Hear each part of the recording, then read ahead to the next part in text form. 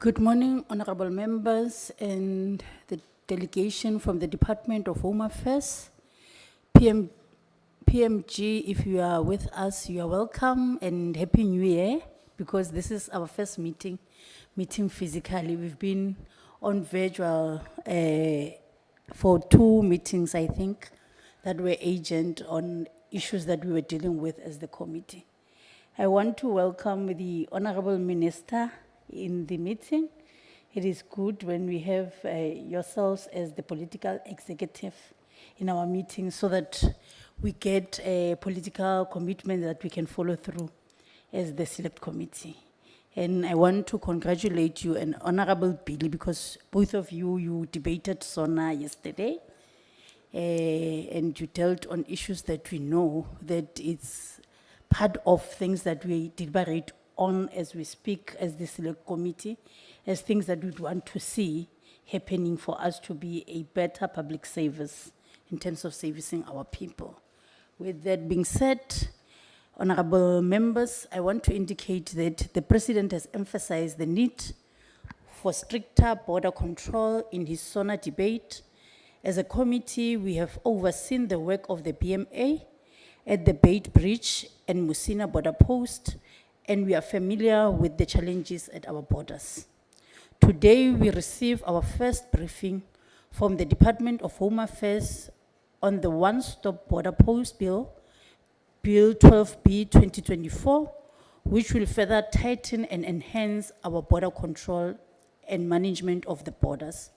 So we're looking forward, Minister, to yourselves and your delegation in terms of the deliberations. And I'm happy that the one who's leading the department today, he always take us through, advocate in terms of issues that we need to look at as objectives or purposes of this particular bill in terms of the work that we are doing on oversight and accountability. So with that being said, members, our agenda for today is opening and welcome from myself, of which I did it. And then there's item of apologies. And then we would have the presentation from Home Affairs on introduction on One Border Post Bill, briefing by the Department of Home Affairs, and as well get the inputs from the state law advisor, and then discussion. So with that being said, I want to officially declare this meeting officially opened. Before that, I want to take note of hands that would want to adopt this agenda after the apologies, so that we adopt the agenda and the apologies that will be read by Gershwin. Gersh, can you take us through the agendas? The actually apologies?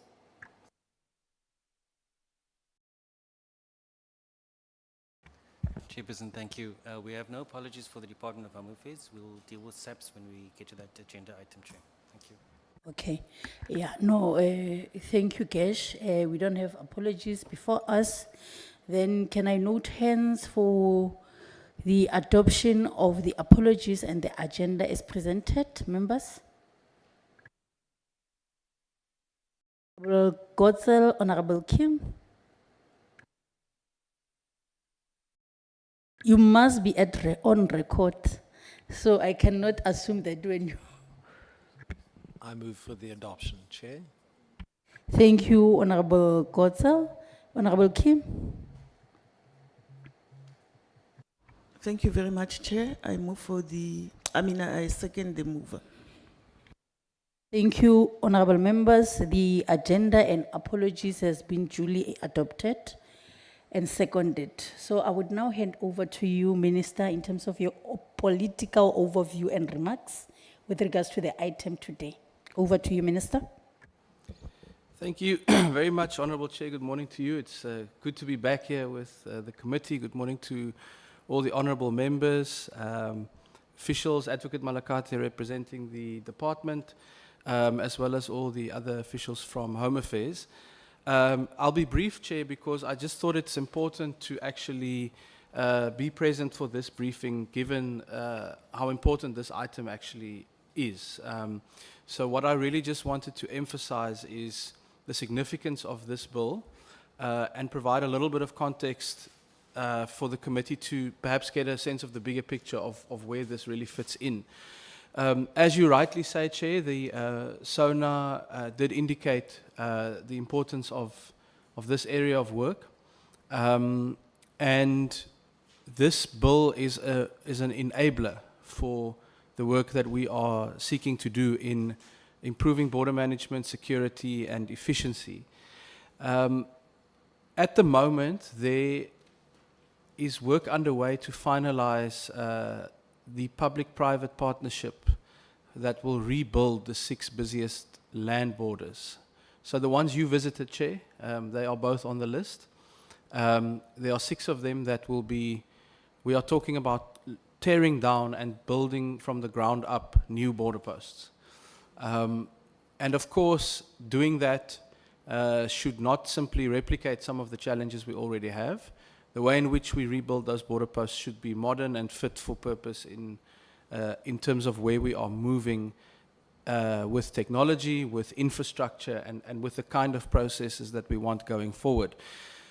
So what we would really like is for the construction work that is done at those border posts to be based on the concept of the one-stop border post bill, which creates the technical and legal framework for us to reduce delays, duplications, and other kinds of friction that not only slow down processing at the border posts, but also create the opportunity for fraud and corruption and what the BMA will always refer to as an unsanitary environment. In other words, sometimes you'll see at these border posts there are people moving around. It's not a controlled environment where you can't actually get away with any kind of shenanigans. And this bill is really the legal foundation for us to be able to do that. The idea would be, in very simple terms, that instead of stopping on the South African side to be processed and then 10 minutes later stopping again on the neighboring country's side to do exactly the same thing, that we should be able to integrate those processes so that you have only one stop. And ideally, if we do this right in terms of the infrastructure, you could even have a non-stop border post bill. Where a one-stop border post, where the processes are integrated to such an extent, and the use of technology means that many of the steps are pre-cleared, that you could actually get to a very seamless environment and a very secure environment, where if a traveler or a particular shipment has been pre-cleared, and they have all the approvals, they could look into a camera or they could have the number plate read or whatever the case is and drive through a scanner and you proceed on to the next country without delays or friction. So, Chair, we believe we can get there. We believe that with the redevelopment of the ports around this concept, that we can make massive progress on dealing with the issues as it relates to the border posts, and that I'm sure the committee also saw and experienced. To do that optimally, this bill is really an important and key part of that. We had extensive engagements, of course, at the National Assembly level, and it was passed there. And we are really now requesting this committee and the NCOP and the provincial delegations to really embrace this concept, because the fruits of this will come in the following years as we see a greater focus on technology, a greater focus on security, and much greater efficiencies. Let me perhaps conclude by saying, if you look at Lebombo as a case study, you will see over December there was, I think, we reached over 30,000 travelers per day in Lebombo at a particular point. It was an unprecedented level of travelers moving. Our understanding is because in the previous festive season, many people didn't go home because of the conflict that was happening in Mozambique. So now a lot of people actually did, and we saw those huge numbers. And the result was long queues of trucks, of people, and that unsanitary environment that I was describing. I can say to you, Chair, if this bill had been there, if our reconstruction work had been completed, even with 30,000 travelers, we would have seen a much more seamless and much more secure experience. So I think that's the kind of space we would like to move in and really request the committee's engagement and ultimately support for this important piece of legislation. Thank you very much. Thank you, Minister, for a comprehensive overview remarks with regards to the one-stop border bill. And I must say that we once had an engagement with PMA where they took us through in terms of what is this bill trying to address. And it is so fulfilling that most of the issues that we are crying about in terms of illegal immigration, citizenships, and refugee, this one-stop border post will be able to assist us to curb them or prevent them.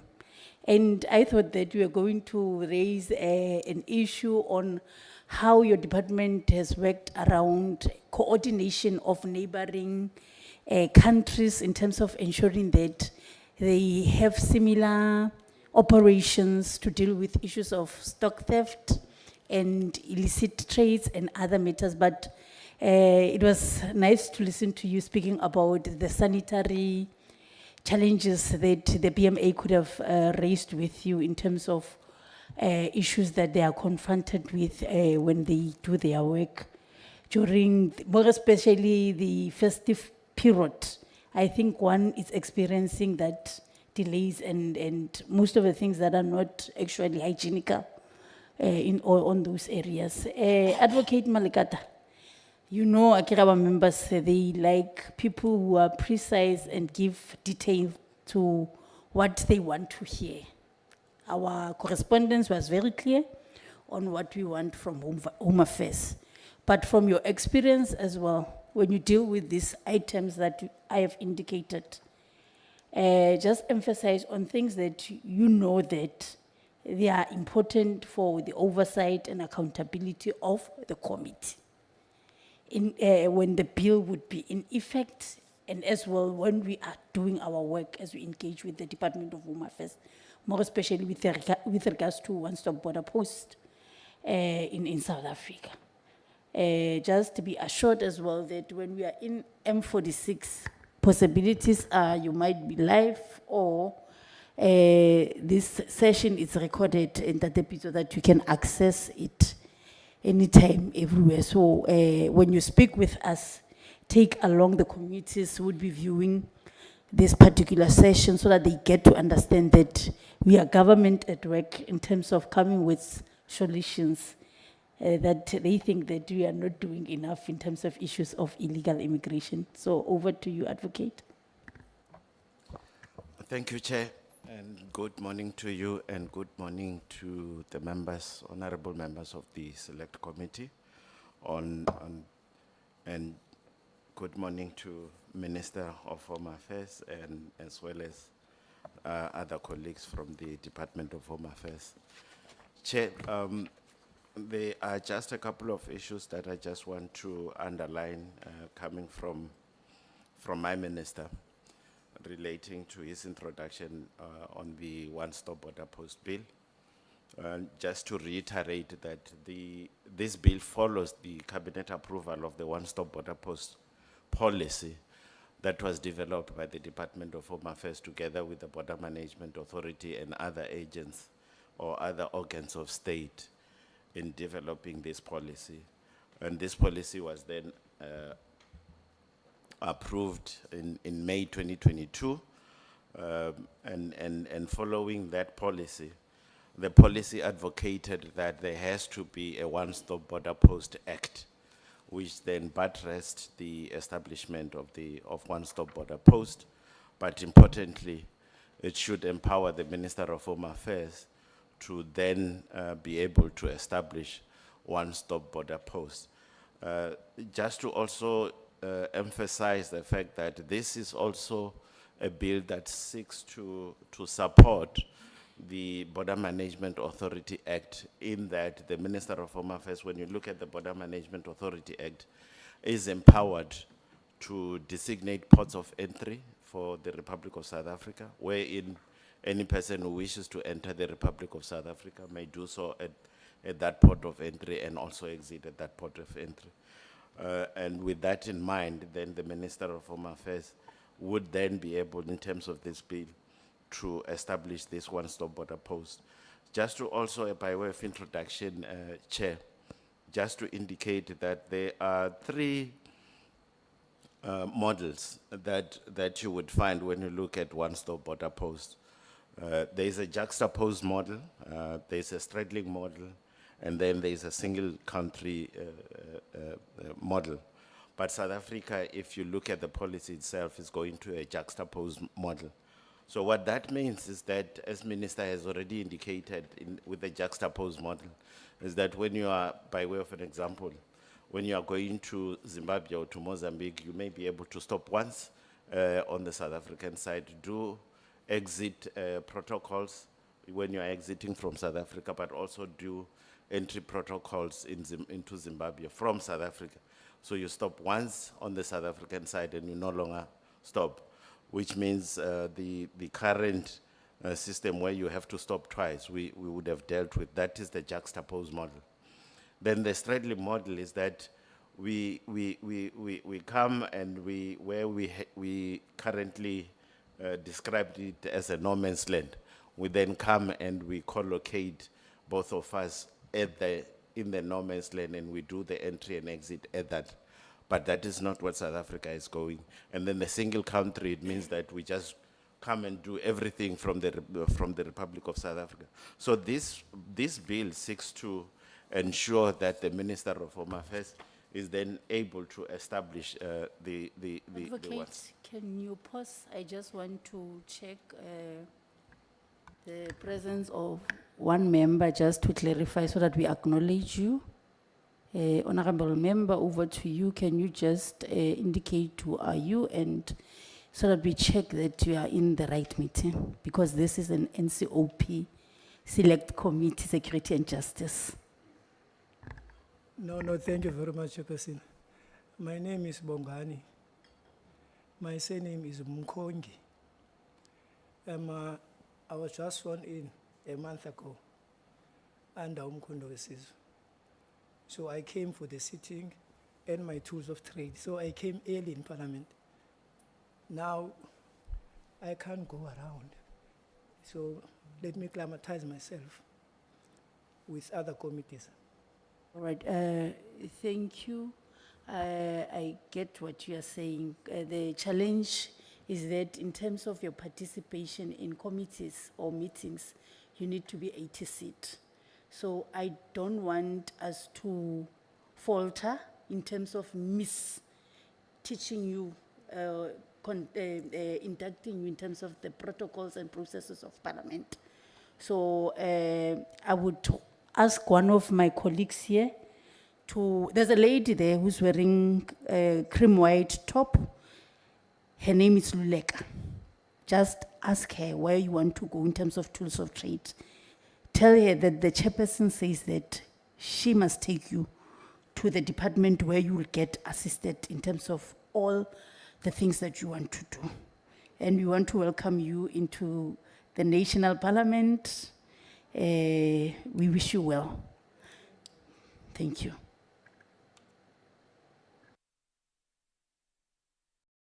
Zulu, you must take care of the brother after this meeting. I'm all yours, Chair. Okay. Thank you. Now you can continue, Advocate. Thank you, Chair. So the Minister has already indicated that the bill was introduced into Parliament and that it has been before the National Assembly. We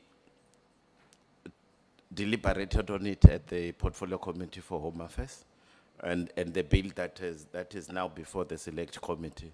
It's a product of those deliberation at the Portfolio Committee. The bill it's very short. It's got 9 clauses, which are precise, and we believe that they are very direct in terms of dealing with what we would want to do. But the bill seeks to regulate the establishment of one-stop border posts, and one of the critical issues that we'll need to do, and Minister has spoken to this, is that we would need to enter into bilateral agreements with our neighboring states in order to establish the one-stop border post. But in the main, the bill seeks to ensure that there is a regulatory framework that allows for the conclusion of these bilateral agreements. The bill will further seeks to empower the minister to, within the one-stop border post, to then designate what we call common control zones, as well as exclusive zones. The common control zones would be those zones that will be used by both the Republic as well as the adjoining state, and the exclusive areas would be exclusively for the use of the Republic of South Africa, or if we were to follow the example that I've made earlier, the Republic of Zimbabwe, it will be similar to an embassy, but within a port of entry. And then it will then also allow for the minister to then make regulations to ensure that there's an effective implementation of this bill, and in order to deal with the processing arrangements, but also authorize the application of the laws of the Republic within the one-stop border post areas, and also to deal with matters that are connected therewith. Chair, when we move to the clause by clause, and as I've already indicated, it's very short and precise. The clause 1 deals with the definitions and all the terms, as well as the interpretation as it relates to this bill. Clause 2 will then ensure or deals with the application of the Act, and importantly that this Act will then have extra territorial jurisdiction in as far as it deals with the application of the South African law on the other side of the border. Currently, Chair, we just need to impress on the Select Committee that South African law only applies within the territory of the Republic, and does not apply outside of the Republic. But when the minister is then empowered, when we establish one-stop border post, you would find that if we are in Zimbabwe, our immigration law, we will be able to apply and enforce our immigration law. We will be able to apply and enforce our border law enforcement laws, but also be able to enforce and apply our criminal law. So this is what this bill also seeks to do. Clause 3, Chair, provides for the establishment of the one-stop border post. Again, it empowers the Minister of Home Affairs to designate ports of entry as one-stop border posts, but also empowers the Minister of Home Affairs through the technical people within the department to then enter into bilateral agreements to give effect to this designation. And of course, this will be subject to the necessary consultations that the Minister of Home Affairs will need to deal with the relevant organs of state. And in this case, we are anticipating that the Minister of Home Affairs, prior to establishing a one-stop border post, would need to, for instance, consult with the Minister of Finance in as far as the South African Revenue Services is concerned, the custom side of it. It would need to then consult with the Minister of Police and other relevant organs of state that are impacted with the designation of ports of entry or establishment of one-stop border post. Clause 4, Chair, provides for the application of border law enforcement law. When we talk about border law enforcement laws, Chair, we're referring to laws related to immigration, we're referring to laws related to refugees, but we're also referring to laws that relates to health, environmental affairs, and agriculture. You would realize, Chair, that currently the BMA has taken over the functions relating to immigration, relating to health, relating to environmental affairs and agriculture. Save that the other ones are still remaining with the relevant organs of state. So when we talk about border law enforcement laws, we're talking about those laws that are within the mandate of the various departments that are relevant in that.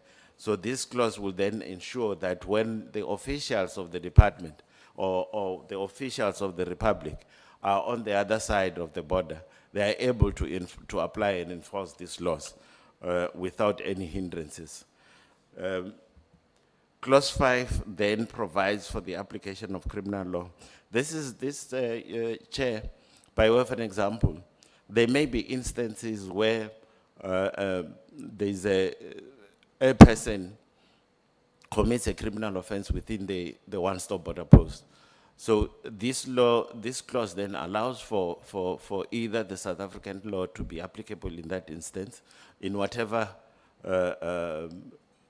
in order to deal with that criminal offense. So if somebody has committed an offense within the one-stop border post, then the South African Police Services will then be empowered to then arrest that person and investigate with a view to prosecute that individual. And therefore, our South African criminal laws will then be applicable. This is the clause that will then empower or allow us to do that. Clause 6, Chair, as it is currently before the Select Committee, it's one of those clauses that were then became, following the consultations with the South African Revenue Services as well as National Treasury, and it has changed to what it is now. So it deals with the movement of goods and money within the common control zones for official purposes. And Chair, by way of example again, when we as officials of the Republic, when we are going to do our border law enforcement functions, for instance, the South African Police Service is not allowed to carry arms on the other side of the border. But with this clause, it will then empower, it would then allow for members of the South African Police Services, when they are going to do something from within the one-stop border post, to then be able to carry arms. Also, when we do, for instance, immigration services, when we are on the other side and there is contravention, and that contravention we issue a fine, we should be able to collect that fine, we should be able to get that money. By law, those monies are to be subjected to export and import taxes from the Zimbabwean side. So this clause seeks to exempt those monies or goods that have been carried over or collected within the one-stop border post from import or exit, import and export taxes from that republic. So again, Chair, just to reiterate that the clause as it is before the Select Committee is as a result of the engagements that the Department of Home Affairs has had with National Treasury, has had with the South African Revenue Services, but also with the Parliamentary Legal Services. So we believe that it does. There are no more any legal impediments that we think may be in relation to this clause. Clause 7, Chair, just allows for or creates an obligation to readmit. Say, for instance, a person is coming to the Republic of South Africa, and we find that it does not comply with the laws of the Republic of South Africa to be allowed entry into the Republic. Then the Zimbabwean authorities have an obligation to readmit that person into their territory after we have refused. So this is the clause that deals with it. Clause 8 empowers the Minister of Home Affairs to make regulations to give effect to the provisions of this Act. And the last clause will then be clause 9, which will then deal with the short title and the commencement of the Act. We believe that once the Select Committee, if they support us, which Minister has already indicated, that we are hoping that the Select Committee support us, and once this has been approved by Parliament, we will then begin to make regulations so that by the time we are able to implement the one-stop border post as soon as possible. Chair, as I step down from the podium, we are just recommending that the select committee takes note of the contents of this presentation, but also assist us in further processing this bill. Thank you, Chair. Thank you, Advocate. The recommendation is clear from the Department of Home Affairs to the committee. And you diligently did what I asked you to do in terms of telling us what is it that you need from us. And I think now I would note hands from the members with regards to the presentation. Or let's get the Parliament legal advisor before we can get into engagement, so that at least we don't perhaps ask what can be clarified by our legal advisor. I want to indicate to your good selves, members, that we have invited the state law, but they are not available. So today we only have the parliamentary legal advisor in terms of what we are dealing with today. Over to you, Ntate Lekgotlo Mashokwa. Ke bilitse sentle? Honorable Chair. Ke bilitse sentle na? Lekgotlo Moshukwa, that's correct. Okay. Thank you very much, Honorable Chair. Thanks, honorable members and honorable minister and fellow colleagues. Parliamentary legal services will be present during the deliberation of this. Oh, yeah. Parliamentary legal services will be present when this bill is being deliberated upon and processed. There is no input at this moment from parliamentary legal services, save to reiterate the fact that the bill as it is introduced to the select committee has gone through the NA process, and it is a byproduct of the deliberations that happened there. So we will be available to provide legal advice and support as and when the need arises to make sure that the end product is both constitutionally and legally compliant. Thank you, Honorable Chair. Thank you, Tate. Ebile re lebogela le mantswe a gago gore what you'll be assisting us with is to check the compliance part of it and the constitutionality of the bill. And we know that we are always hand in glove with your department in terms of scrutinizing if what we are doing is legally binding or what. Now I would note hands from members. Members, it's now that time of discussions, comment with regards to the presentations that we got and the remarks by our parliamentary legal advisor.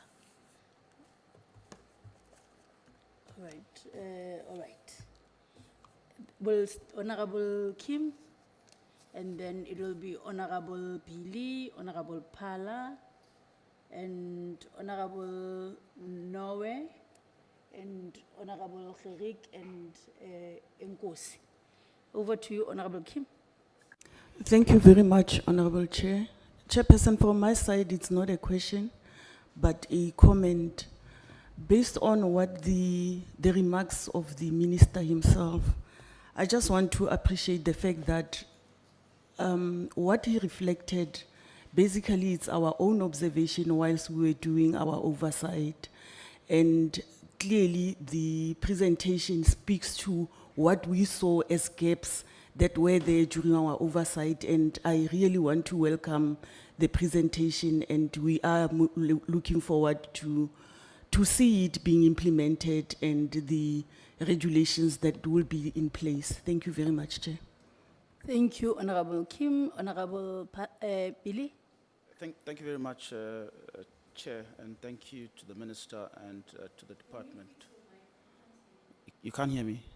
Should I be closer?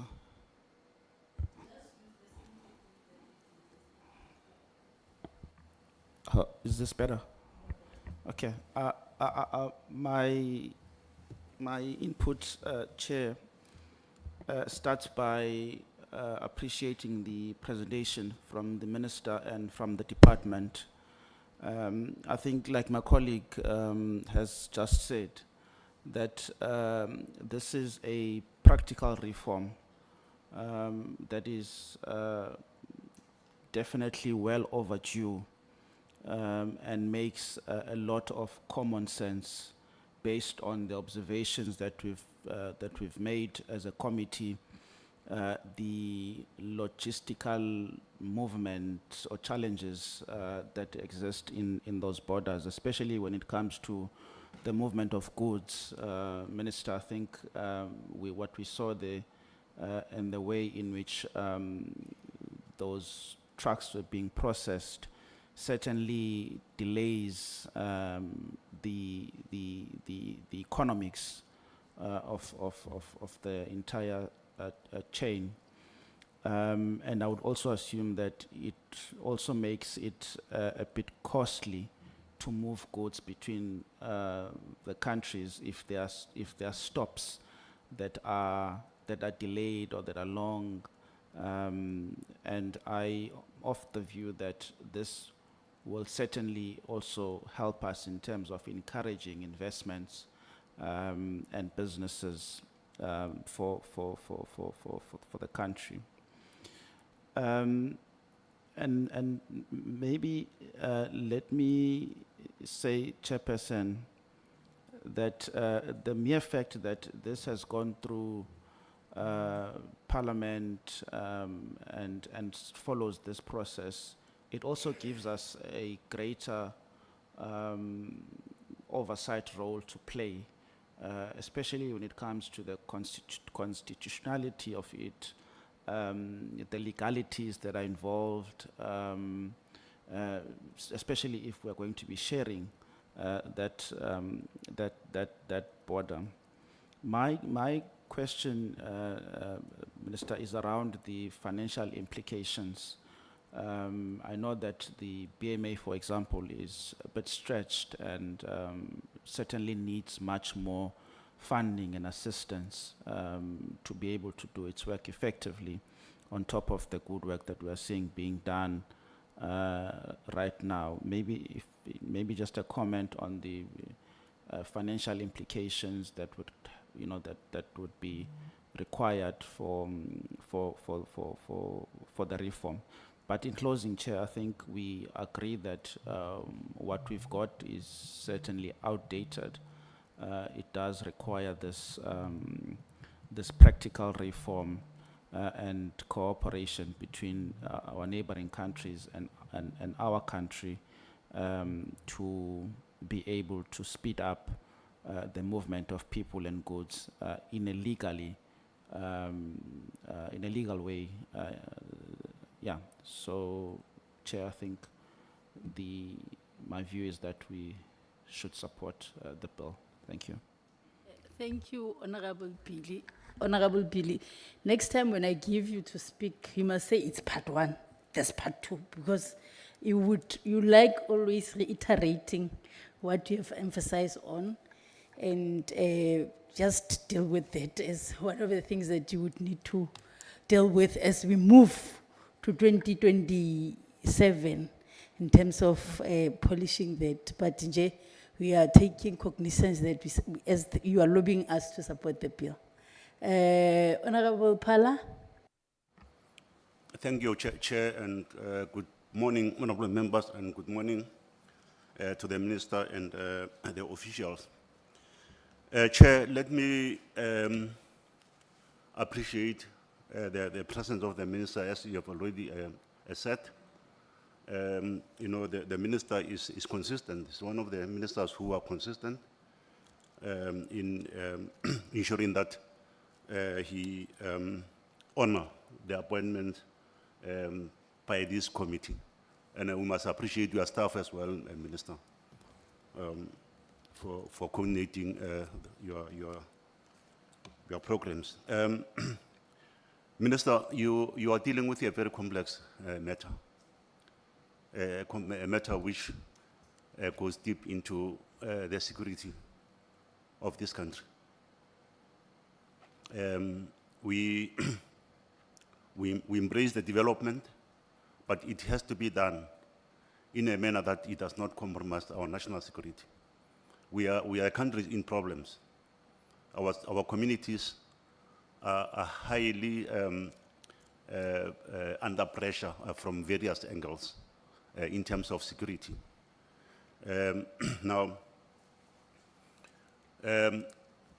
we will, as my colleagues have said, will embrace it, as the advocate has said, but it has to be done properly to ensure that we eliminate all the risks which comes with people coming into the country. Mine, Minister, and also the advocate, is an issue of ownership. We have the challenge in the borderline as we speak in terms of who is responsible for the borderline infrastructure. Who's going to be responsible for this? Ownership, in terms of the ownership, is it going to be the Department of Home Affairs or the Department of Public Works?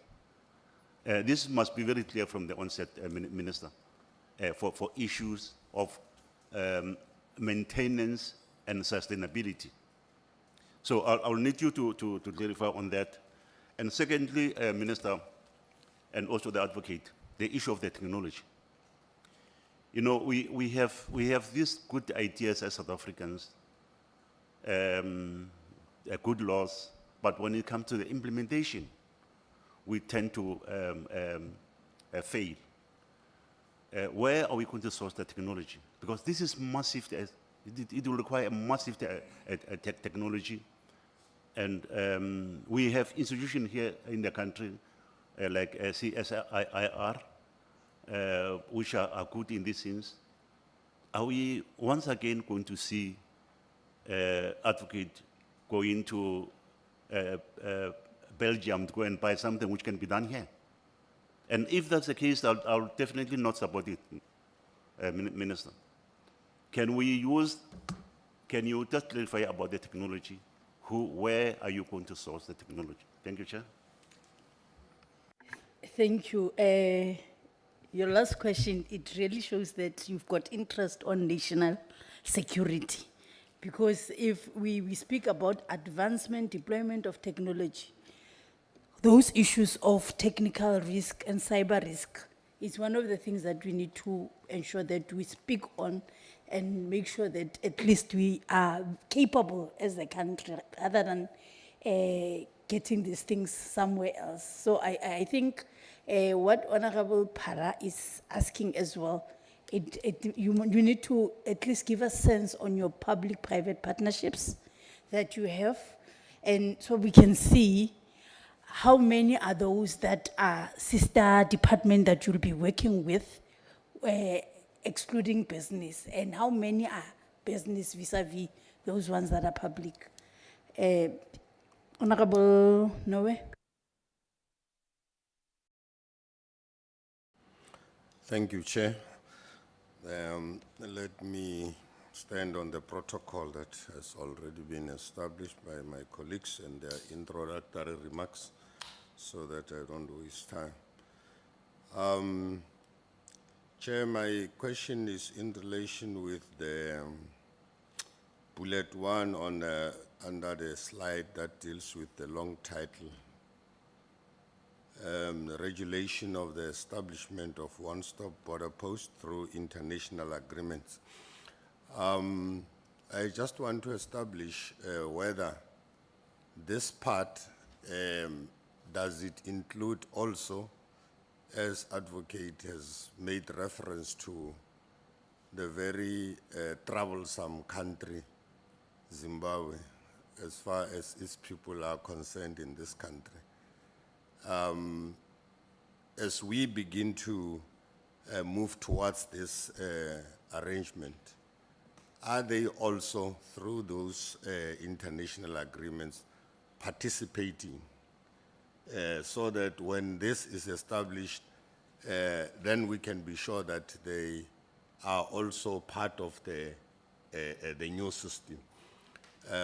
Why I'm saying that also is because we've got a very rough experience, but this time when you come to Lesotho, you will have a very good treatment on our side, But on the other side, we get a very rough treatment. So hence I want to establish whether this arrangement will be inclusive of the other countries that we are bordering with. Thank you, Chair. Thank you, Honorable Nowe. Honorable Gerik. Yes, Chair. Good morning to you and the Minister and the colleagues. I have difficulty to access my gadget here. So can I ask that we put up the bullet points again? I have 2 questions, please. Otherwise, I can just speak out of the fist. There was an issue latching on to what Honorable Nowe has just said. I think the one bullet point makes provision for consultation with the other countries. I want to understand, before we finalize this piece of legislation, was it not necessary then to first consult, do all the consultations, conclude on the consultations, see what the other countries want and how they see it, how they perceive this type of legislation and the cooperation between the countries, and then most probably work it into our legislation to make the process easier when it comes to one stop. In other words, do the comprehensive consultation before we finalize the legislation. That's the first point. Then secondly, somewhere on those bullet points, there was where the minister will consult with the other departments with regard to the specific bill or legislation. Now, I don't know, I stand to be corrected, Minister, but I have a problem when it comes to the separation of powers where we attribute, where we authorize too much power to one office, let alone whether it's a minister or the DG or whoever. This is a powerful piece of legislation that needs broader consultation with many more other institutions, ministries, and so on and so on. Can we leave this type of consultation in the hands of the minister alone? Or should we not compile a team together with the minister that can strengthen the office of the minister and other people with the relevant technical knowledge of what we're talking about here, instead of leaving it just in one office? It is a given, Minister. We've seen it throughout the terms of governments, not only here in South Africa, but all over the world. Once you leave it in one office, not an individual, but in one office, it is open for abuse. So therefore, we just want to understand, can we not have a broader team together to do that type of consultation?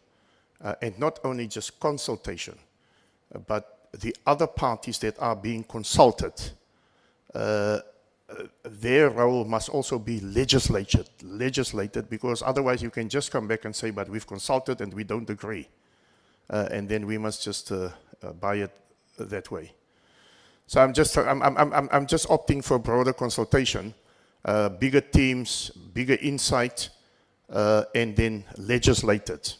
Then lastly, Chairperson, and I want you to take it in the spirit as I convey it to you. We have, over and above this bill, yes, we agree, this bill is needed, the one-stop border post bill, but we have much more in our oversight that we've done the past couple of years on the borders. We have much more broader and bigger intervention.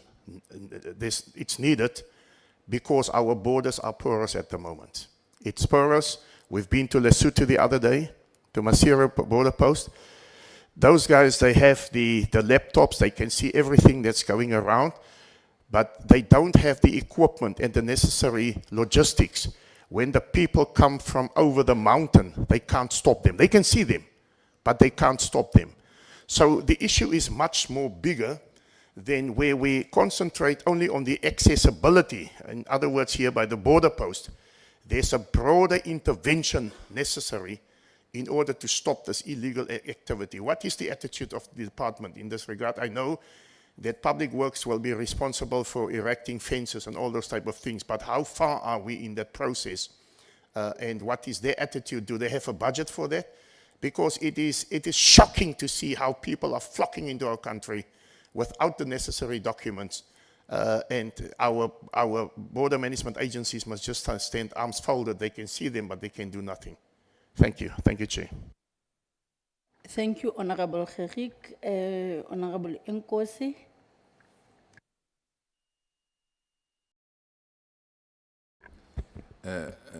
Chairperson and honorable members, honorable minister and your team, and all South Africans, good morning. I think for the first and foremost, Chair, I must apologize for arriving slightly late. Familiarity breeds contempt. I thought Marx, for strange reasons, is next to Denise, and I don't know why. But thank you for accepting my apology. I think I must also join Chair and honorable members, the members who have appreciated the presentation from both the Minister and the Ministry. I'm covered largely by the questions and comments that have been expressed by my colleagues. I think I've got few. In line of the concerns that have been stated by my colleagues who spoke before me, as regards then the need for cooperation for the neighboring countries. Yes, there is this legislation which is applicable within the borders of South Africa.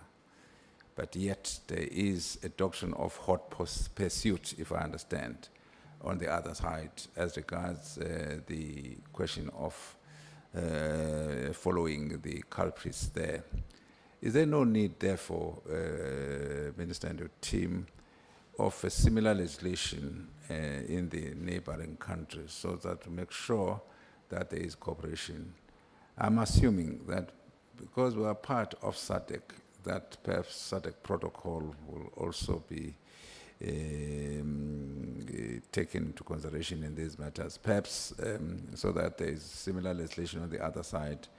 I think the concerns that I share with, that has been expressed by my colleagues may be attended to in this public international law legislation that we intend to pass. Secondly, Chair, along the borders, there are traditional communities, and particularly in South Africa, I'm not so sure about the others, but I can assume in respect of Lesotho, for instance, not so sure about Zim.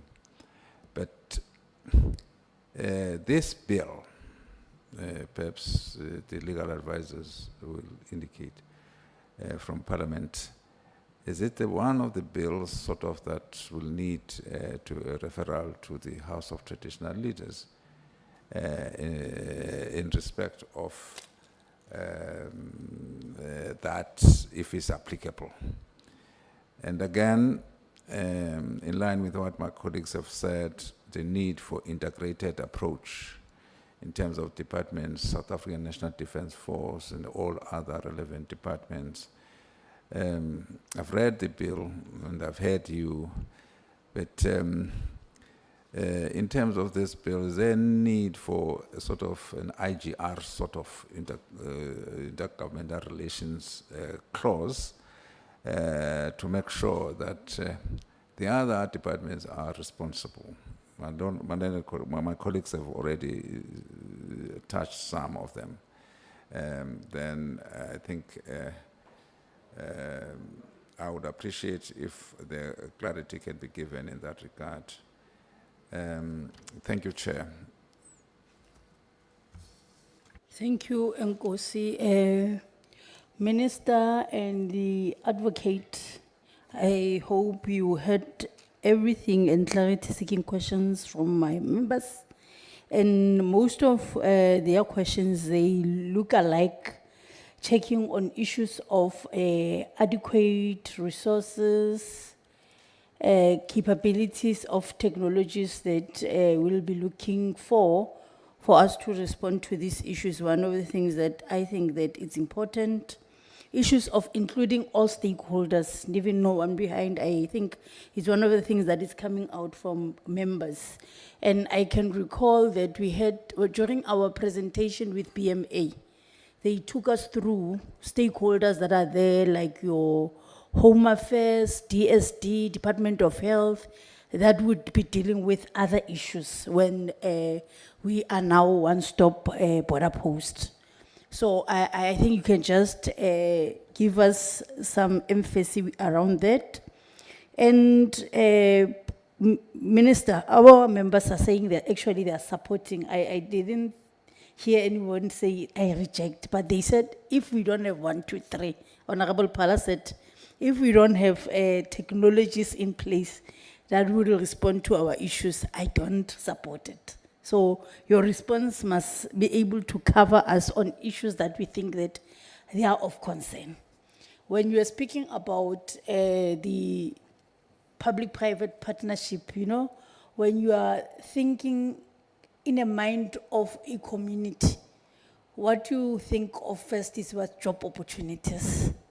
How many job opportunities will be created, whether through the infrastructure, EPWP programs and other things, or for those who are unemployed graduate. Because, and Tatepala, one of the things that we know in our institutions that we are crying off daily, it's incapacitation in terms of human resource.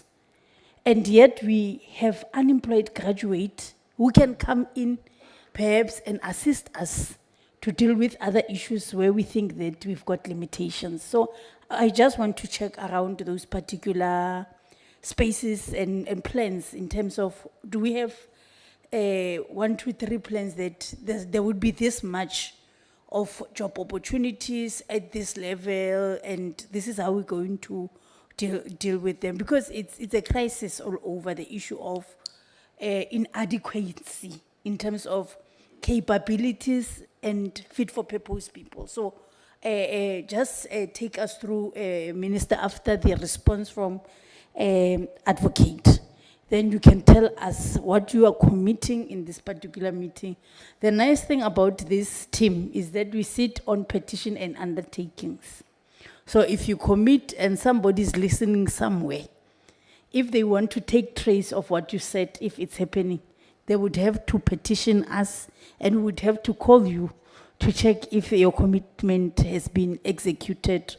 And if not executed, what are the issues? How can we assist you as the select committee? So bear in mind, advocate, that when you speak with us, you are speaking with a group who are representing those who don't have a voice to come here and represent themselves. So when you answer those issues, don't go lolo lolo. It's 11 o'clock. It's 11 o'clock. I'm going to give you 5 minutes to sum up and respond to their issues. And then I would give the minister to do 5 minutes of remarks, noting that our parliamentary legal advisor says that everything so far that has been adhered to. It has addressed issues of constitutionality and as well legalities. So we don't have a problem there. But the problem is about planning, implementation and control, if we can be as certain as this team that everything is in place. Over to you, Advocate. Chair, thank you, and thank you to the honorable members of the Select Committee. Chair, tongue in cheek, I will only be able to deal with those that are within my pay grade, and I will leave the others to the minister to deal with. And I think one of the critical issue that was raised by Honorable Norway is the element about reciprocity in the application and treatment of our citizens interstate. He raises the question that says, when you are going to Lesotho as a South African, the treatment seems to differ, but a Mosotho coming to South Africa is also treated differently. And I think when the minister establishes this one-stop border post, critically, we need to come up with procedures manual and also the bilateral agreements. This will then deal with issues related to the reciprocal treatment relating to processing of individuals interstate. So those two documents will assist us to ensure that there is equal treatment between our citizens. At the level of the legislation, Honorable Noe, we would not be able to deal with those operational issues, but we need to deal with them at the level when we are entering into bilateral agreements, so that we ensure that the agreements and the terms and conditions of that agreement are able to or safeguards the interests of our citizenry. Similarly, they will be doing the same. The second question, Honorable Chair, that also came out from Honorable Herik and I think Honorable Para, as well as Honorable Inkosi, is the issue relating to consultation, one with the neighboring state, but two within the Republic with other organs of state. We, as I had indicated during my presentation, Chair, I had indicated that the border, this one-stop border post seeks to support the efforts that the Republic has already engaged in establishing the Border Management Authority. And if you look at the Border Management Authority, it empowers or it grants the power to regulate movement of persons in and out of the Republic, but also to deal with issues related to the borderline to the Border Management Authority. So this bill seeks to support the efforts or the work of the BMA.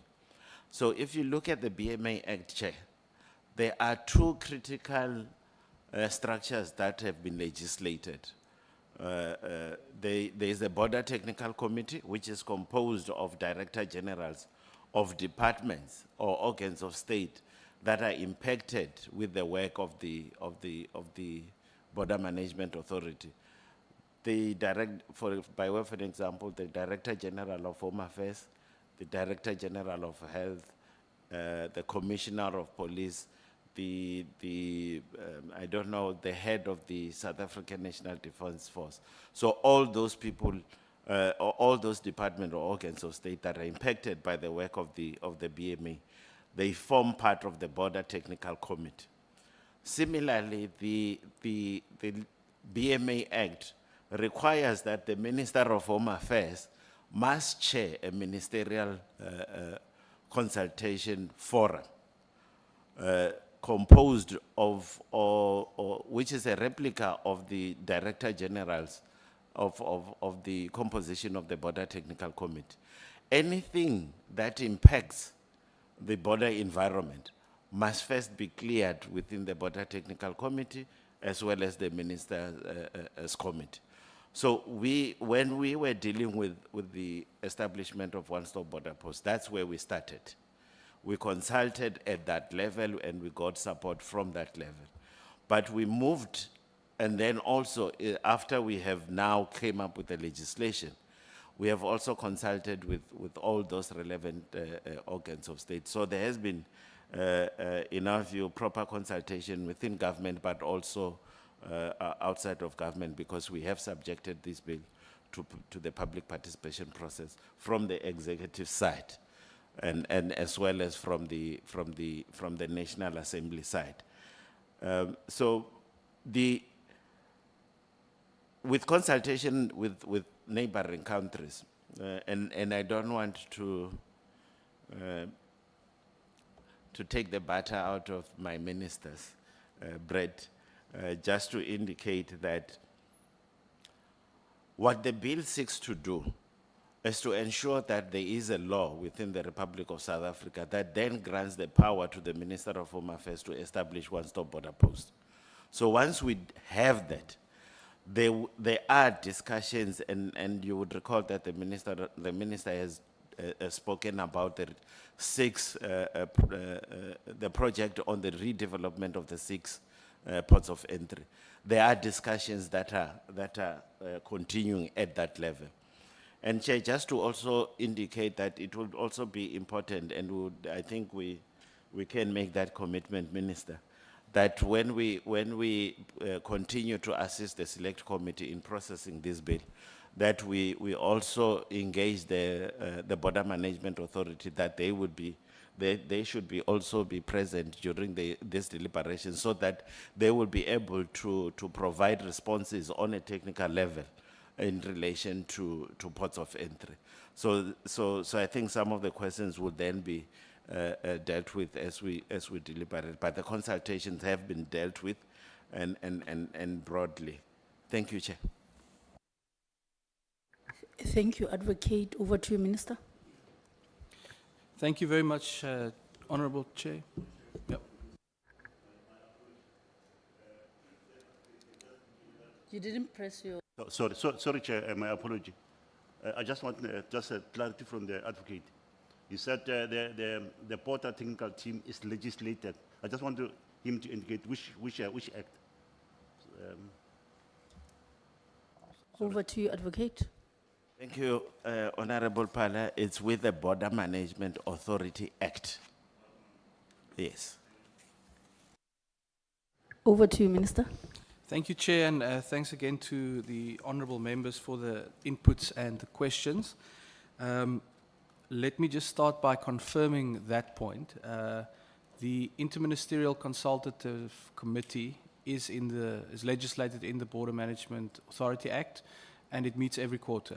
It's an active committee, and it's got everyone there from Treasury to Transport to SAPS, and chaired by myself. So there's a very active and ongoing consultation process on this matter, but also broader issues. I think some of the members raised the fact that this is obviously one of many interventions that we require, and all of those are handled at that particular forum. And so I actually think this environment, Chair, has one of the more active and extensive consultation mandates, because I don't think you'll find many laws where a structure like this is actually embedded in the law.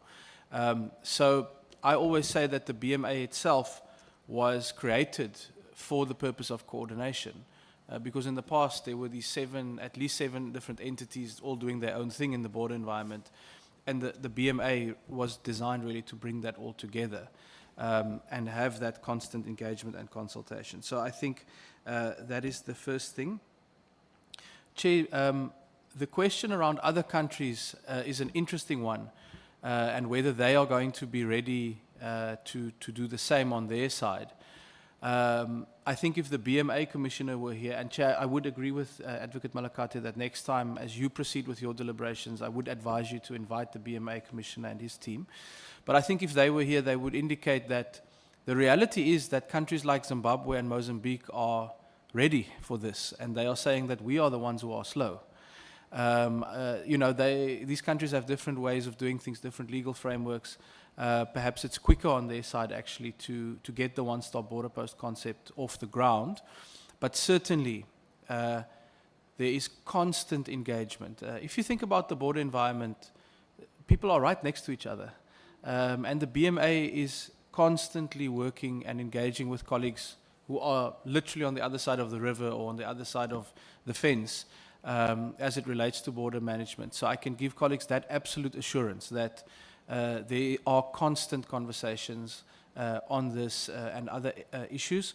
And in fact, if you look at Beitbridge, you will know that on the Zimbabwean side, they have actually completed the public-private partnership project, which redeveloped Beitbridge on their side. And it's a much better facility than the South African side.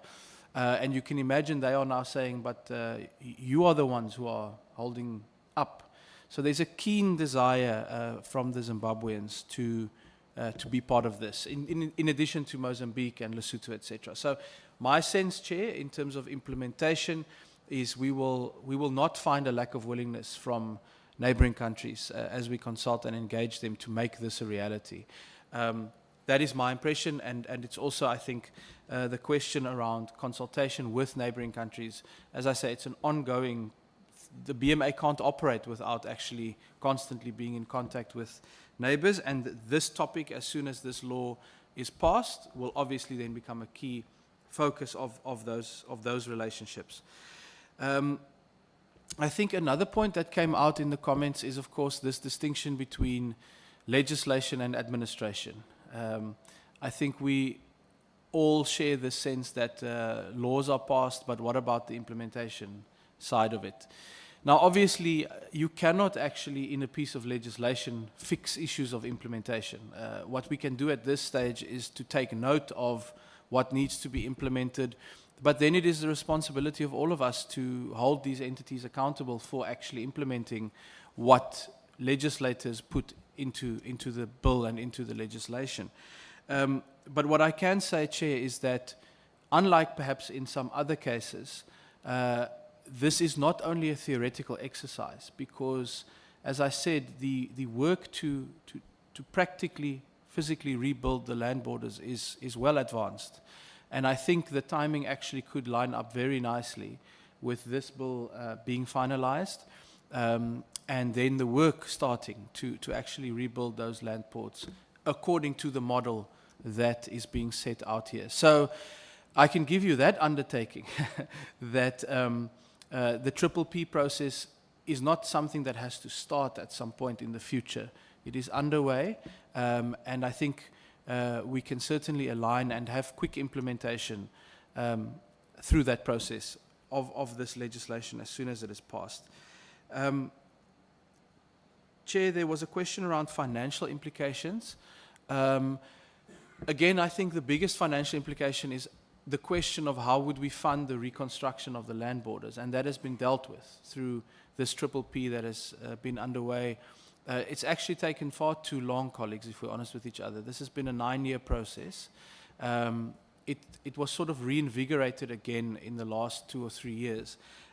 So we must get it over the line now and have those bidders appointed, and they have to start building. But that's really where the financial implications would come from. So it is not the state that has to carry that burden. It is through the Triple P model that will be done.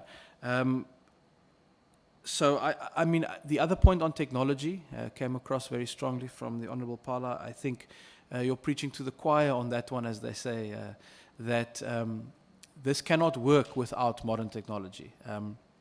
The whole concept has to be built around that. And what I can only really say in terms of your level of confidence in the ability of the BMA and this ecosystem to do that is that it is already happening with the electronic travel authorization that the President also mentioned again in SONA. As we speak, honourable members, the BMA, working with the South African Revenue Service, is rolling out facial recognition cameras at all of our international airports and at our busiest land borders. We are doing that because once we have those cameras up and running, we can then expand the ETA to become really the entry point for people who want tourist visas to come to South Africa. So no longer will it be a piece of paper, no longer will it be something where they come and we don't know what they look like. They must give us their biometrics, they literally take a selfie, they upload it there. We scan their passport with AI to check that it is an authentic passport, and then when they arrive, we want to use that camera that we're now installing there to match their face and make sure that the person who's arriving there is the same one who got permission to actually come. So you can see in that process, Chair, that the commitment to rolling out this kind of technology, again, is not theoretical. It is happening as we speak. But of course, I think the point is taken that when you rebuild a land border, you're talking about very big technology investments. And I think what will be important is once those bidders are announced and ready to start working, that we have to make sure that through the IMCC, through the BMA, the Border Technical Committee, we are crystal clear on what we require in terms of technology to be installed there, and that those developers actually then put the kind of solutions in place that we require. So I think that point is taken. Chair, I think that covers it. Is there something that we missed? No, you actually responded to all the issues. And I want to just indicate to yourselves again, as I'm repeating, Advocate and Minister, that the BMA gave us a presentation before we went for our recess with regards to the whole project scope in terms of how this one-stop border post is going to work. And they actually filtered all those issues in terms of the department. Perhaps we would need to call them back after this bill could have passed to say, how far are you with the plan that you have given us? Because they were very comprehensive in terms of who's doing what, when they upheld a person, minor, what's going to happen, which department would be part, and so on. So we'll just call them on finer details that members are looking for. But we are very glad that the department was able to clarify around this bill in terms of the responsibility of the minister, which is important, and the issue of 6 border posts that have been identified for redevelopment, and the issues of technical and legal framework to reduce the delays and improve the efforts to fight fraud, corruption, and illegal immigration. And as well, we have noted, Minister, through you, that the bill encourages engagement with our border countries, to which will enhance border control. And on this one, we must not lose the fact that the coordinator of this engagement is South Africa. It was nice when I was looking at the news around December, when the commissioner was collaborating with Mozambique in terms of the operation there at Bay Bridge. Yes, they were together doing that operation. And as a person who goes in and out Mozambique, it was a nice thing. We have never seen it. It was the first time that one is experiencing such. So I think we need to give credit where it's due, that there's something that the BMA is doing that is innovative to respond to other issues that they've been dealing with for years. But members, all what we can say is that, Minister, from us, we are supporting you on condition that the plan that would be put in place is something that will respond to issues, not, give us repetitive challenges that we have. And we hope that at least with the Madlanga Commission and everything that is happening, people now are now conscious that they must no longer take cold drink money, those smaller things that we know that they are happening around the borders. But as the committee, we will advertise the bill for public comments and input, and will then host further meetings on the bill. Advocate knows we hold each other up until to the end. Parliamentary legal advisors, you must be with us up until to the end, so that we don't get litigated on things that we were not sure of from the legal minds in terms of what was supposed to be done. Is it a exigency or?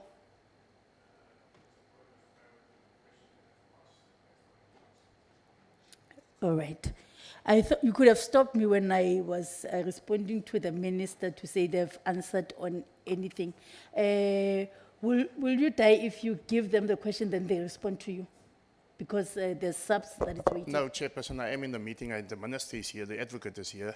We need some clarity on the stuff. It's one question that's been omitted, and it's a distinct question that I've asked. Okay. That's the only thing that I wanted. You have covered me on your last part. You can continue then. Yes, I have asked, Mr. Minister, to you, the level of cooperation between Public Works and your department. Remember, it's going to be, and this is just some positive criticism. We can concentrate on 6 border posts, and we can have all the technology and so on. If the people find a byway to come into our country, we sit arms folded. So do we have budgets to go forward? Public Works, what do they say? I again reiterated that people from Lesotho cross the border through the mountains. Your people can see them, but they cannot do anything. They steal cattle, they go over the mountain back again. they can be seen, but nothing can be done. We always complain about illegal foreigners, but we don't have the means to stop them. We say that all people are welcome in South Africa. They must be documented. This is what we say. Thank you. Thank you, Honorable Gerik. And I think it was not by mistake that I continued with the meeting, because when the minister asked if he has responded to everything, I said yes. So by that time, you could have interjected. Me and you were very close to have this. All right.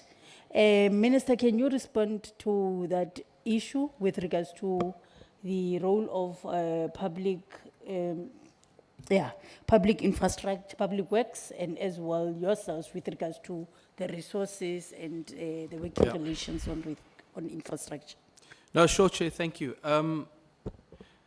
So one of the frustrations is we have some drones now, very advanced drones. Even at night, they can detect people moving across the borders. But the frustration is then you don't have the resources to deploy, to go there where the surveillance. So in the past, there wasn't even surveillance. Let's start there and say you couldn't even see what was happening. We are now having more of an ability to detect those illegal movements. The next phase has to be the resources to respond effectively to those illegal movements. And I think here we circle back from a BMA perspective before we get to public works to the resourcing challenge we have, Chair.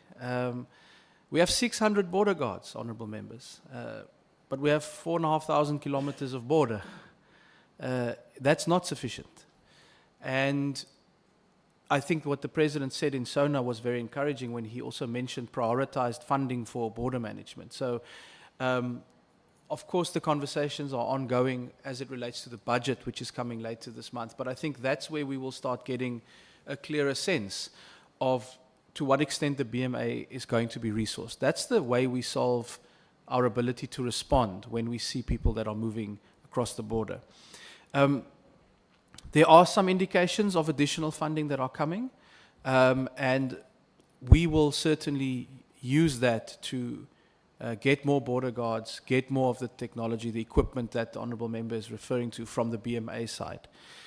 As it relates to public works, one of the key interventions that public works is assisting us with is land transfers on the border posts that we have to redevelop.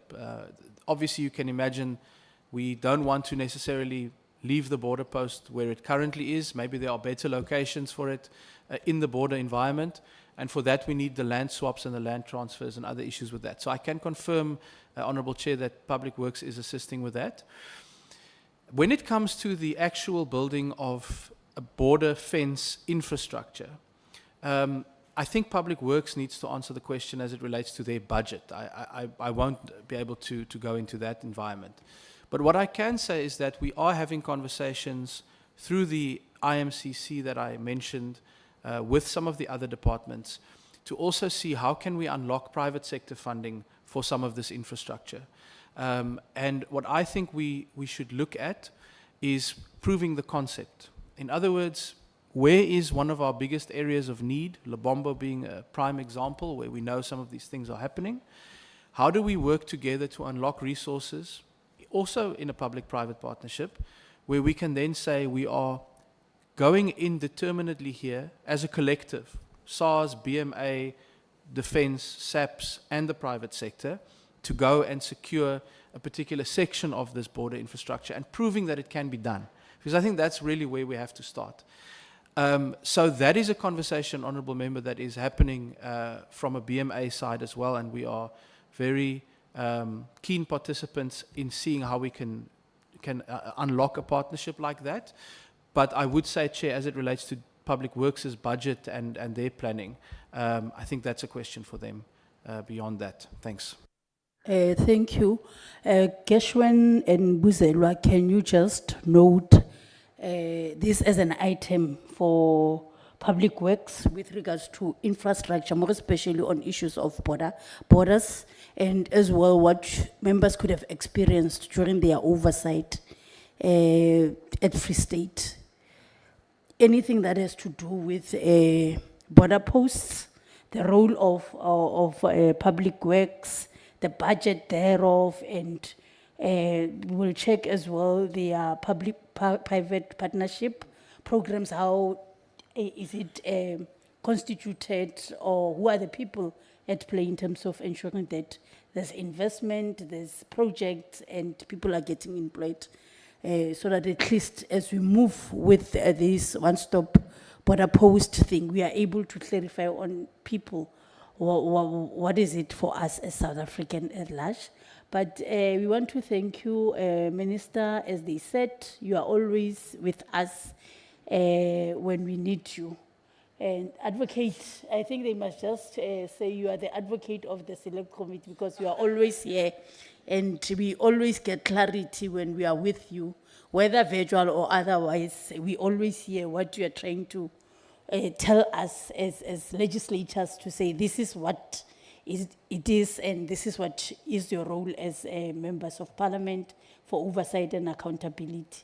Parliamentary legal advice, we thank you as well for your presence, because always we never get any excuse of why you are not there and what. So we hope that you'll be with us even after the advertisement and the input, because we have learned when we were dealing with the marriage bill, the immigration bill, immigration bill, that people confused the immigration bill with many issues of citizenship and refugees. So through you, we were able to say to them, no, wait, the white paper is coming.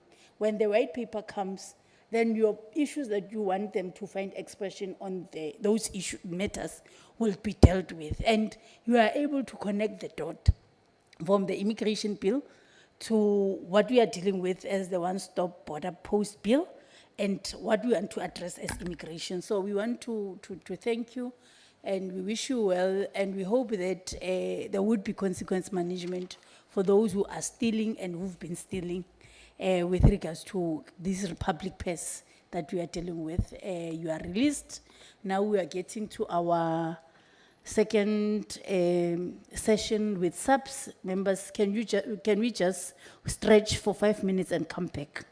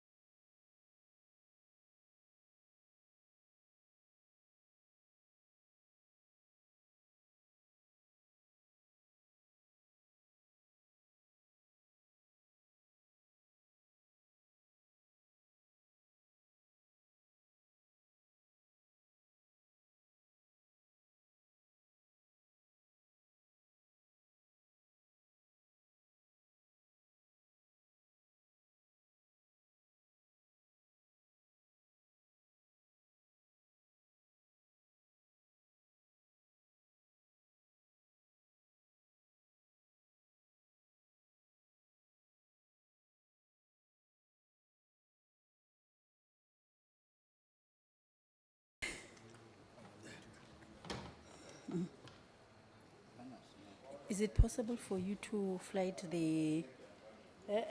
Nkosi. Say online. No, it's fine. Yes, if let me do it on my side.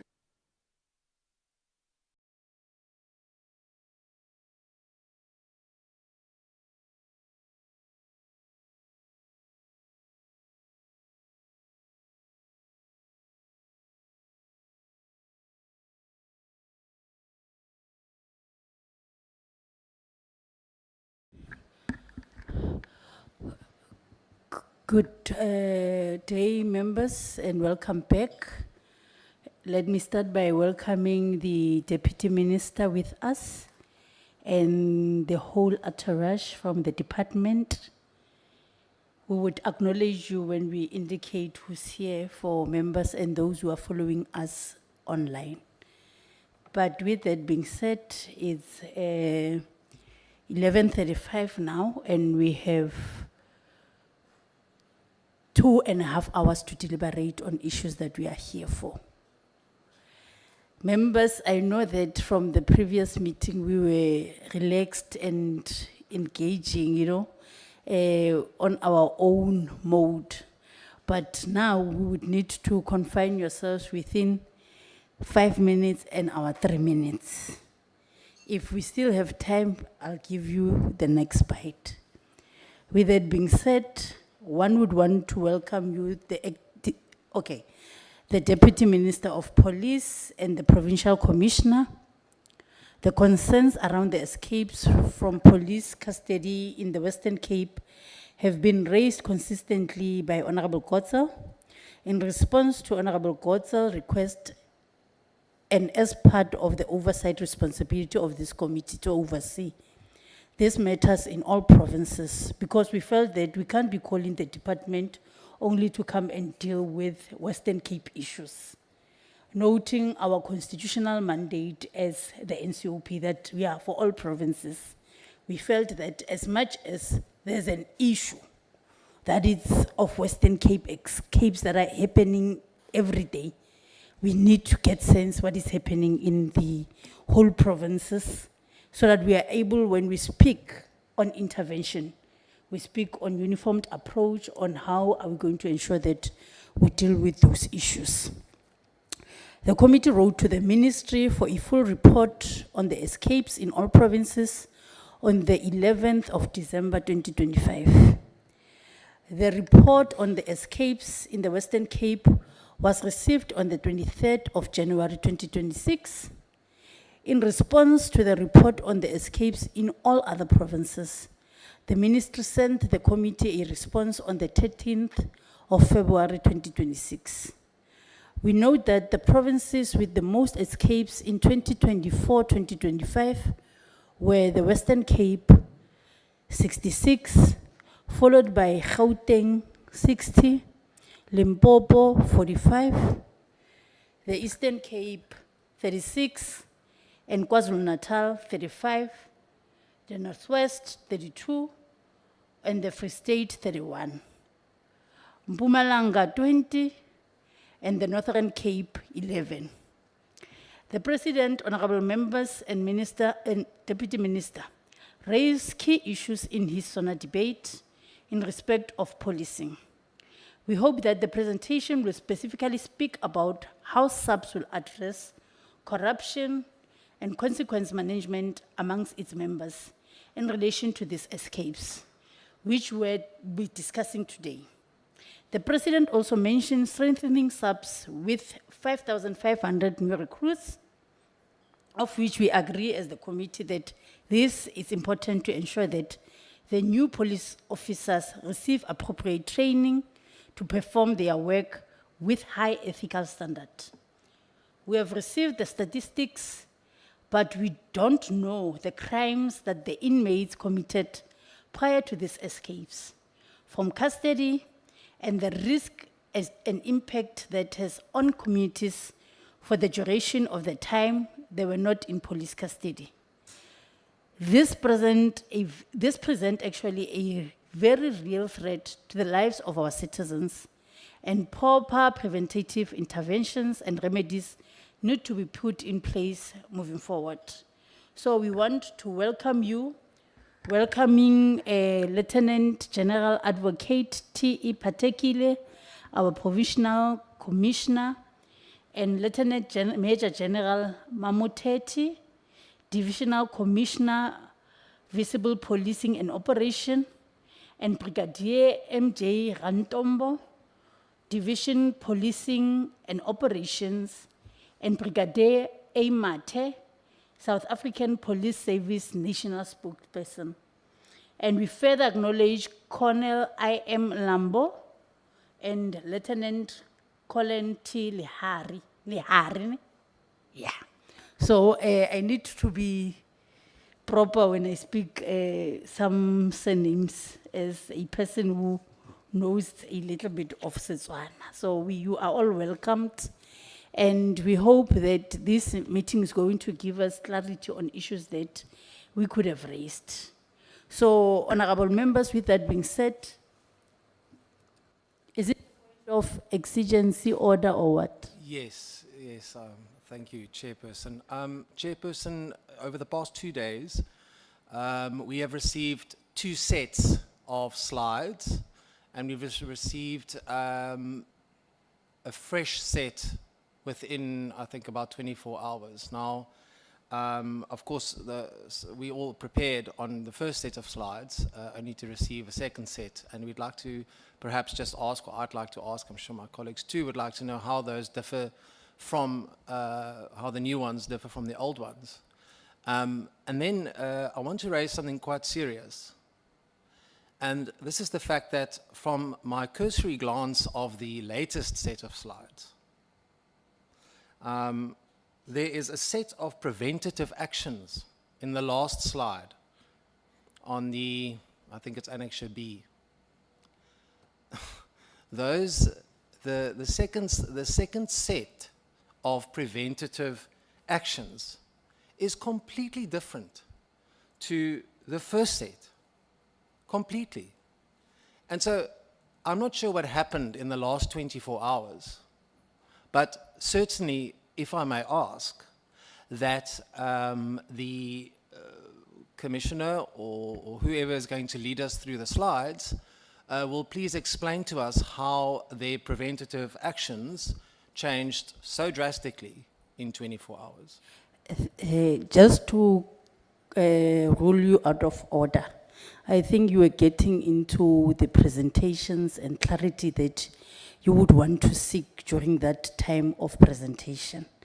You are very relevant in terms of seeking clarity so that at least we are able to get what is right and accurate and current. So I want to just rule you out of order on that as we engage, that should be things that you can ask for so that they give you clarity. But for now, it's not part of what I was about, because I was still on opening and acknowledging the presence of the subs and ourselves as members. So as we get to that item of discussions, that's when you will come in.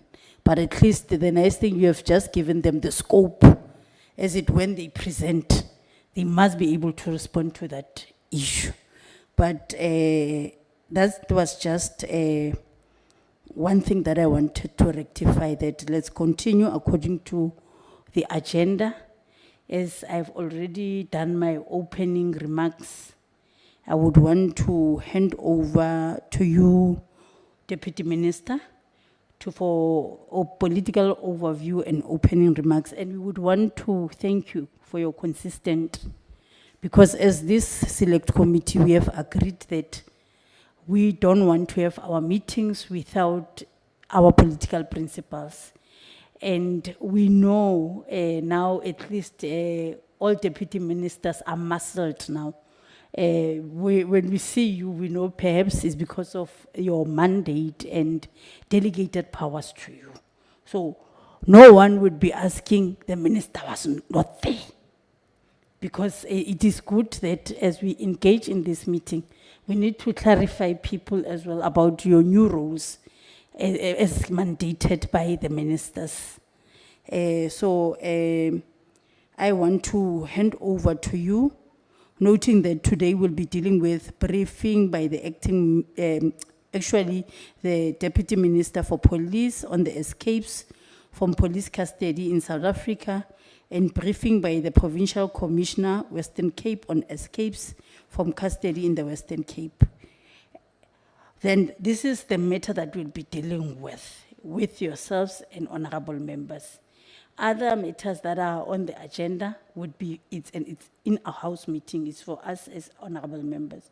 So now I would hand over to you, and it should be after apologies, because Gershwin has to read out apologies that we have received for this particular meeting. You know, when you are from the first meeting and you'll get confused as if you have actually adopted the agenda and as well adopted the apologies. So I want, after the apologies, members, we must adopt the second agenda as we continue with our meeting. Before I hand over to the Deputy Minister. Over to you, Gesh. Thank you, Chairperson. Chairperson, we received an apology from Acting Minister Professor Gachalia and Deputy Minister Dr. Boshielo. They are both attending the Economic Sector Investment, Employment and Infrastructure Development Cabinet Committee meeting this morning. And then the National Commissioner General Masemola, he apologized. He had to attend to urgent matters, Chair. All right, members, these are the apologies before you, and they have reasons why those people are not in our midst. So can I now note hands from members in terms of adoption of the agenda and as well the adoption of the apologies submitted before us? Honorable Nkosi. Chairperson and honorable members and Deputy Minister and your team, good morning. I rise to move for the adoption of both the agenda and the apologies, Chair. Thank you. Thank you, Honorable Nkosi. Any seconder for the, thank you, Honorable, over to you, Honorable Nkosi. I want me to place it on record. But I do want to place on record, it is unfortunate that the National Commissioner is not here, but I do second the apologies. And, thank you. We are noting that the adoption of the agenda and the apologies have been duly adopted and seconded for the record. Now, I would now hand over to you, Deputy Minister, for your opening overview. It's 11:47, so I would want to give you 5 minutes. I know you won't be like your acting minister. Even at the SONA debate, he was he waited to be told that the time is up. So at least you understand how we roll. 5 minutes, political overview, and then you can hand over to the Commissioner Patekile. Over to you, DM. No, thank you, Chair. Good day to you. Good day to honorable members. It's always an honor and a privilege for. Okay, it's always an honor and a privilege for me to appear before you with the SAPS delegation. The minister and both the National Commissioner had wished to be here. Unfortunately, competing responsibilities made it difficult for both of them to appear, but they are committed to always availing themselves to come. We have at all material times when we appear here, having been mandated by the department to come. It has been like that ever since this administration. We have prepared the presentation as requested that covers both the national picture and specifically the Western Cape in particular. Yes, indeed, Chair, you have received two presentation from ourselves, which honorable member raised. Which one should you consider? Materially, they are the same. Of course, there are additions that the last one had around the conclusion, which was around management, which we believe we should have included in the initial presentation that we have presented. But by the time we send it to you, that was not included, and we thought it will not do any harm if we then present to you an updated one, even though it does not alter the content of the one that we sent earlier. Without further ado, I will request that we allow General Mamuteti to lead in presenting the national picture, and then she will be followed by General Patekile with the provincial perspective. And I'll request that they should talk to the presentation so that we allow members the opportunity to can ask the necessary questions, given the fact that you already have the presentation with yourselves, Chair. Thank you. Over to General Mamuteti, through you, Chairperson. Thank you very much, Deputy Minister, Honorable Chair, and the Honorable Portfolio Committee. The members in the House. Good morning. I am the Divisional Commissioner for Visible Policing, as already alluded. We have prepared the presentation on the national picture, but before I allow the Brigadier to take us through the presentation, maybe just to indicate that as a South African police over the years, we prioritized the escapes because of the high numbers of the escapes that we're experiencing before, in 15-14. As a result, we developed a plan that was focusing on the reduction of the escapes. We even went to an extent that we prioritized such in terms of the APP. After a while, when we saw there is a stabilization, we moved the indicator from the APP to AUP.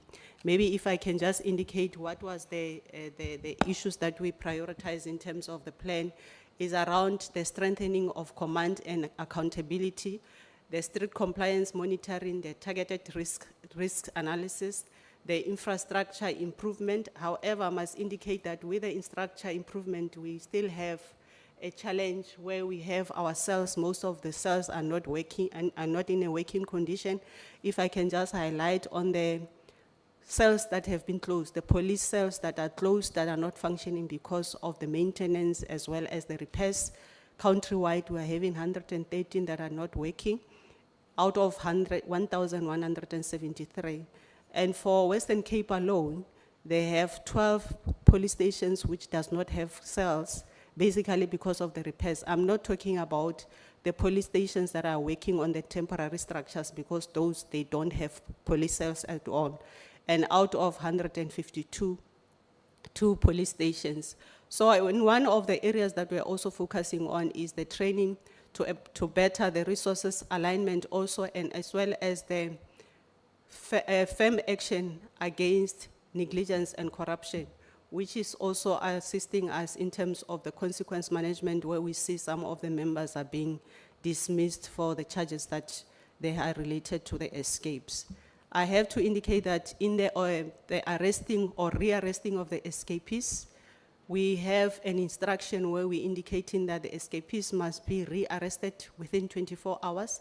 However, the 24 hours sometimes is not working for us. You will see in some of the instances, we still have the figures of the escapees that have not been rearrested. But it's not like they have not been rearrested. We have the J50s where we have obtained the warrant of arrest for them. The detectives are busy tracing them. And during the Operation Chanela, we're also focusing on the wanted suspects. So the issue is that with the rearresting of those is an issue that we have to focus on because we are currently working on a manual basis. So the figures are there. It's not like once they have escaped, we don't do a follow-up. We do a follow-up. It's just that the figures will be submitted later on because we are still working on the manual basis. With that, I will request then Brigadier Atombo to take us through the presentation for national outview or outlook. Thank you. Thank you, Lieutenant General. Over to you, Brigadier. Yeah, thank you very much, Honorable Sir. Then on this presentation, we start with the table of content, where there's a background, number of escape from police custody previous 10 financial years statistics, comparison of escape incident nationally 2024, 2025, and 2025, 2026, provincial breakdown of escape incident, places where escape from SAPS custody occurred, and the contributing factors and mitigating actions, consequences management, and conclusion. You can go to the next slide. On the next slide is the issue of a background. Then escape from lawful custody continue to present a serious challenge within the criminal justice system. As such, incident erode public confidence and create a direct threat to the community safety. The Criminal Procedure Act 51 of 1977 Brigadier, criminalized. Hello?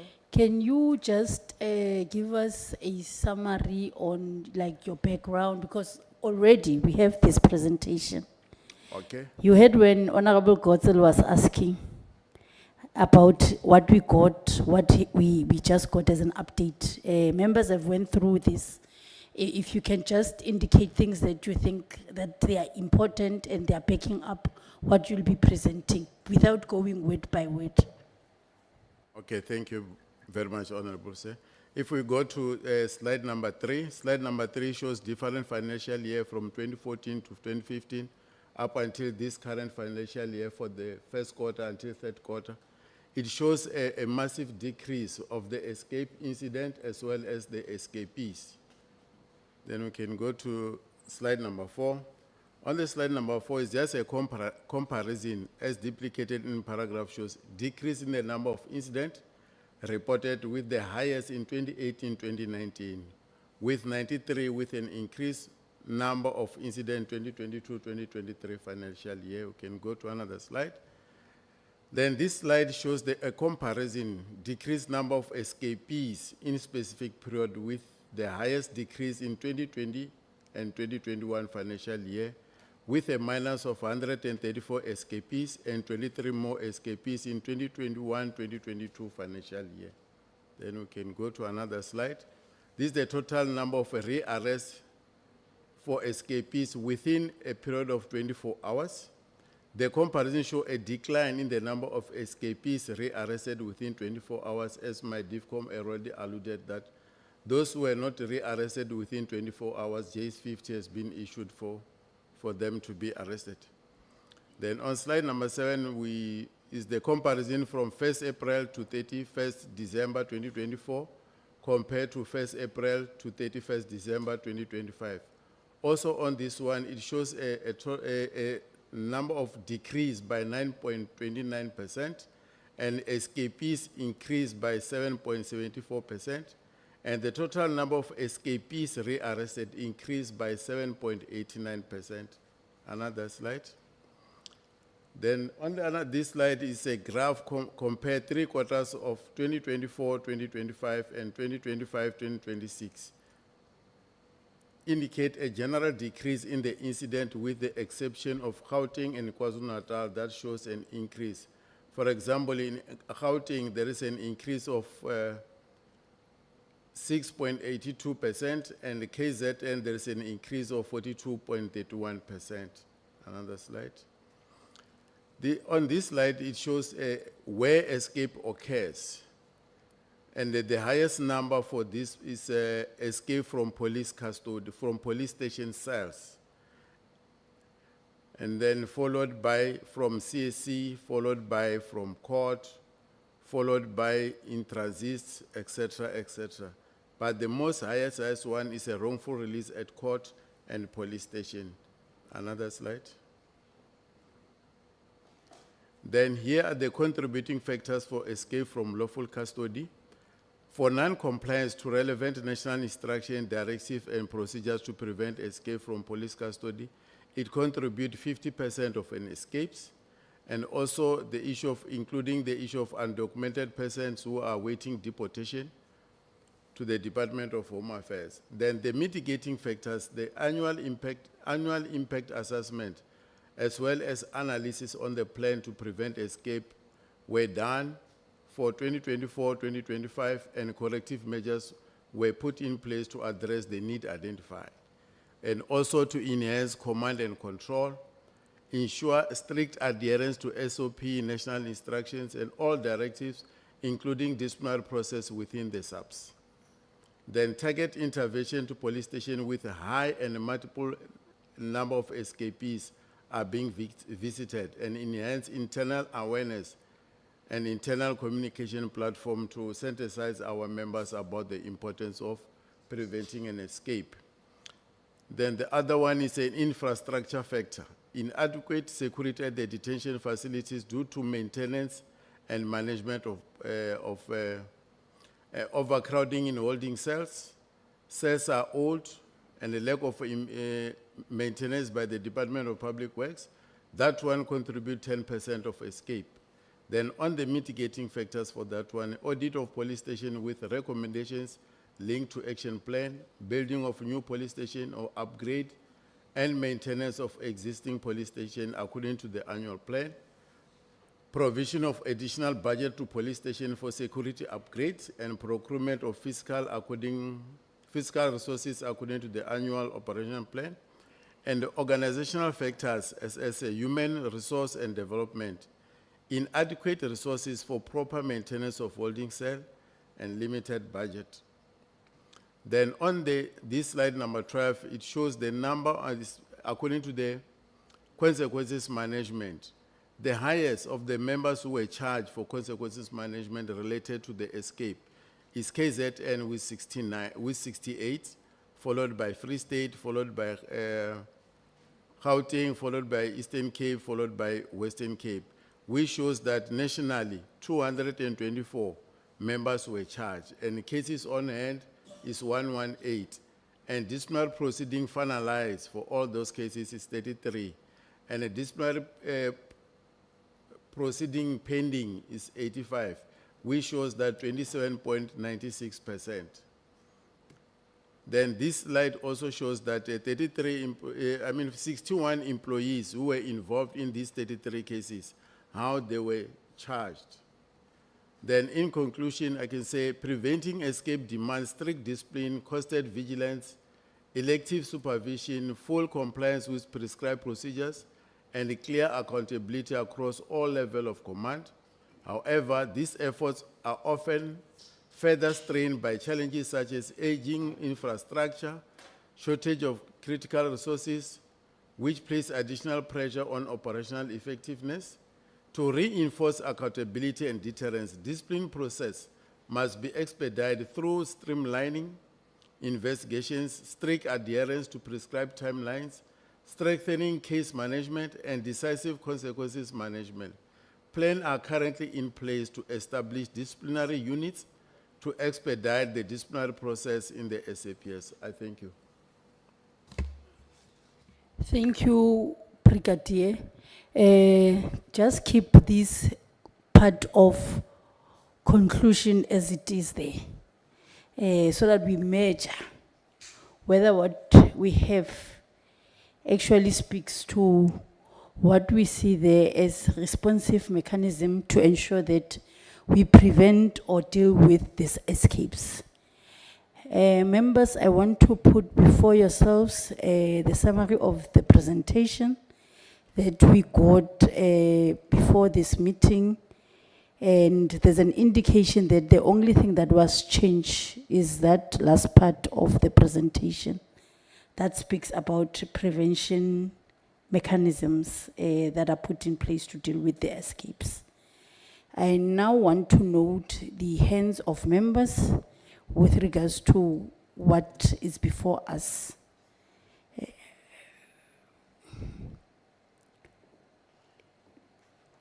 Yeah, okay. All right. Okay. Then, all right, it will be you, Ntate Phala, and then Ibe Honorable Gotzel. You didn't raise Nebili.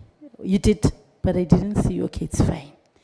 It's Honorable Phala, then Honorable Billy, and Honorable Gotzel, and then Ebena Honorable Norway, and Honorable Mukai, then Honorable Gerik, and Honorable Nonkonyan. Members, ake batla go e berekisa. All right. Ntate Phala, Honorable Phala, Honorable Phala. Thank you, thank you. Ake batla go e berekisa. No, no, it's fine. Ke kopa le Yeah, I'm- control. Yes, I'll be short, I'm always short. All right. Thank you, Minister, and thank you, Generals, for your presentation. Mine, Chair, is only two questions. The first question is, I need clarity from Lieutenant General, when she made an overview on the presentation about saying that they are still working on a manual basis. What does that mean? And why are they still working on manual basis while they are dealing with this? The second part is that these escapees are the escapes are a worrying factor, Chair, because those escapees are really causing havoc in our communities. We know when they escape what they do, and it's really a worrying factor. And now I heard a brigadier on slide 9 saying most of the escapees are happening on wrongful release on courts. I think it's slide 9. Wrongful release at courts and or police stations. Now, if they are wrongful released, meaning that those people are officially released by the court officials. What are the issues? What are the challenges? Because of when you take those people there, you take them on the basis of your investigation and all other process which you follows for them to appear in court. Now, when they are released, and it says hi in your slide. So what is the challenge, General? I think those are my two questions, Chair. Thank you very much. Thank you, Honorable Phala. Honorable Mzamo. Thank you, Chair. If we can just go to slide 13.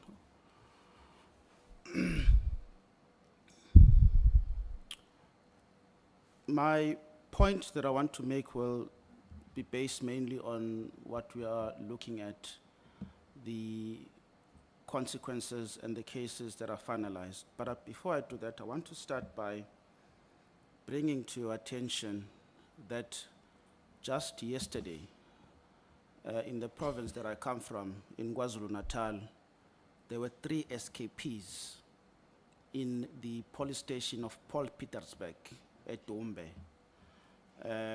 where it is said that there was shortages of CSS staff members, or CSC rather, members, who could not patrol the police station. There was a shortage in terms of capacity. So it was not patrolled from like 5 in the afternoon until 9 in the evening. And they removed a toilet and they escaped. One has now been recaptured, but the rest are still at large. I do have the case numbers for that. The other point I wanted to maybe just quickly touch on, Chair, is with regards to the outcomes of the disciplinary. If you look at the no steps taken or you know, like real action being taken in terms of dismissal, you begin to notice that there's nothing that is being done. Now, as police management, how do you explain this? I mean, I'm looking at this incident that I just spoke about, and the recommendation in terms of the OB is that no action be taken for the officials involved. If in terms of consequence management, and if you are taking absolutely no drastic steps to deal with this, what is your intended objective? What do you want to achieve? Or how do you foresee this issue being resolved in a long run if consequences are not being tightened up? Maybe let me end it there for now. Thank you, Honorable Mzamo. Honorable Noe. Chair, thanks. Morning, DM, and your entourage. Chair, mine is also very short. Want to take on what Honorable Pala said. You know, when I was reading, going through the documents, I gained an impression that, you know, this matter, it's institutionalized. Just like, you know, corruption, how we plan to prevent it or to manage it, it's like something that we expect it will happen. So what concerned me is that the manner in which it is happening and the areas where it is happening, hence I'm saying it looks like it is institutionalized. But what I want to establish, therefore, is based on the total cases that has been finalized, as Honorable Pala said, what are we learning? How does this escapes happen? The people that have been charged, what does the intelligence tells us? Is it something that is planned, or is it something that happens unknowingly? Because it is clear now it has become an issue that the department deals with, allocate money to it, that we are expecting people are going to escape. And when you build a prison, when you prepare a police officer on such an assignment, already you will have taken into account the circumstances that surrounds an inmate or a suspect, and then all of a sudden a suspect or a criminal escapes from the hands of the police officer, like your court situation or cells. So therefore my question is, to what extent are we working towards not to have something like this as it appears, as I see it, it is institutionalized, something that we shouldn't be talking about, because we know our area and mandate is to deal with people that are dangerous. And therefore, how then do we, all of a sudden, we've got such a high number of people escaping right in our hands? Thank you, Chair. Thank you, Honorable Noe. Honorable Kotsa. Thank you, Chair. Yes, and I think Honourable Noe used the word institutionalized. We're definitely going to get there a little bit later. But on this presentation, I think an important point that Honourable Pala made was about the manual nature of these, of the data. A few weeks ago, is it Lieutenant General Mamteti? Yes. So a few weeks ago, I received this parliamentary question. And I'd asked about the number of erroneous releases, escapes, or releases as a result of administrative bungles over the past 10 years. And you said that, well, the minister said, that there were a total of 423 escapes as a result of erroneous releases and or administrative errors.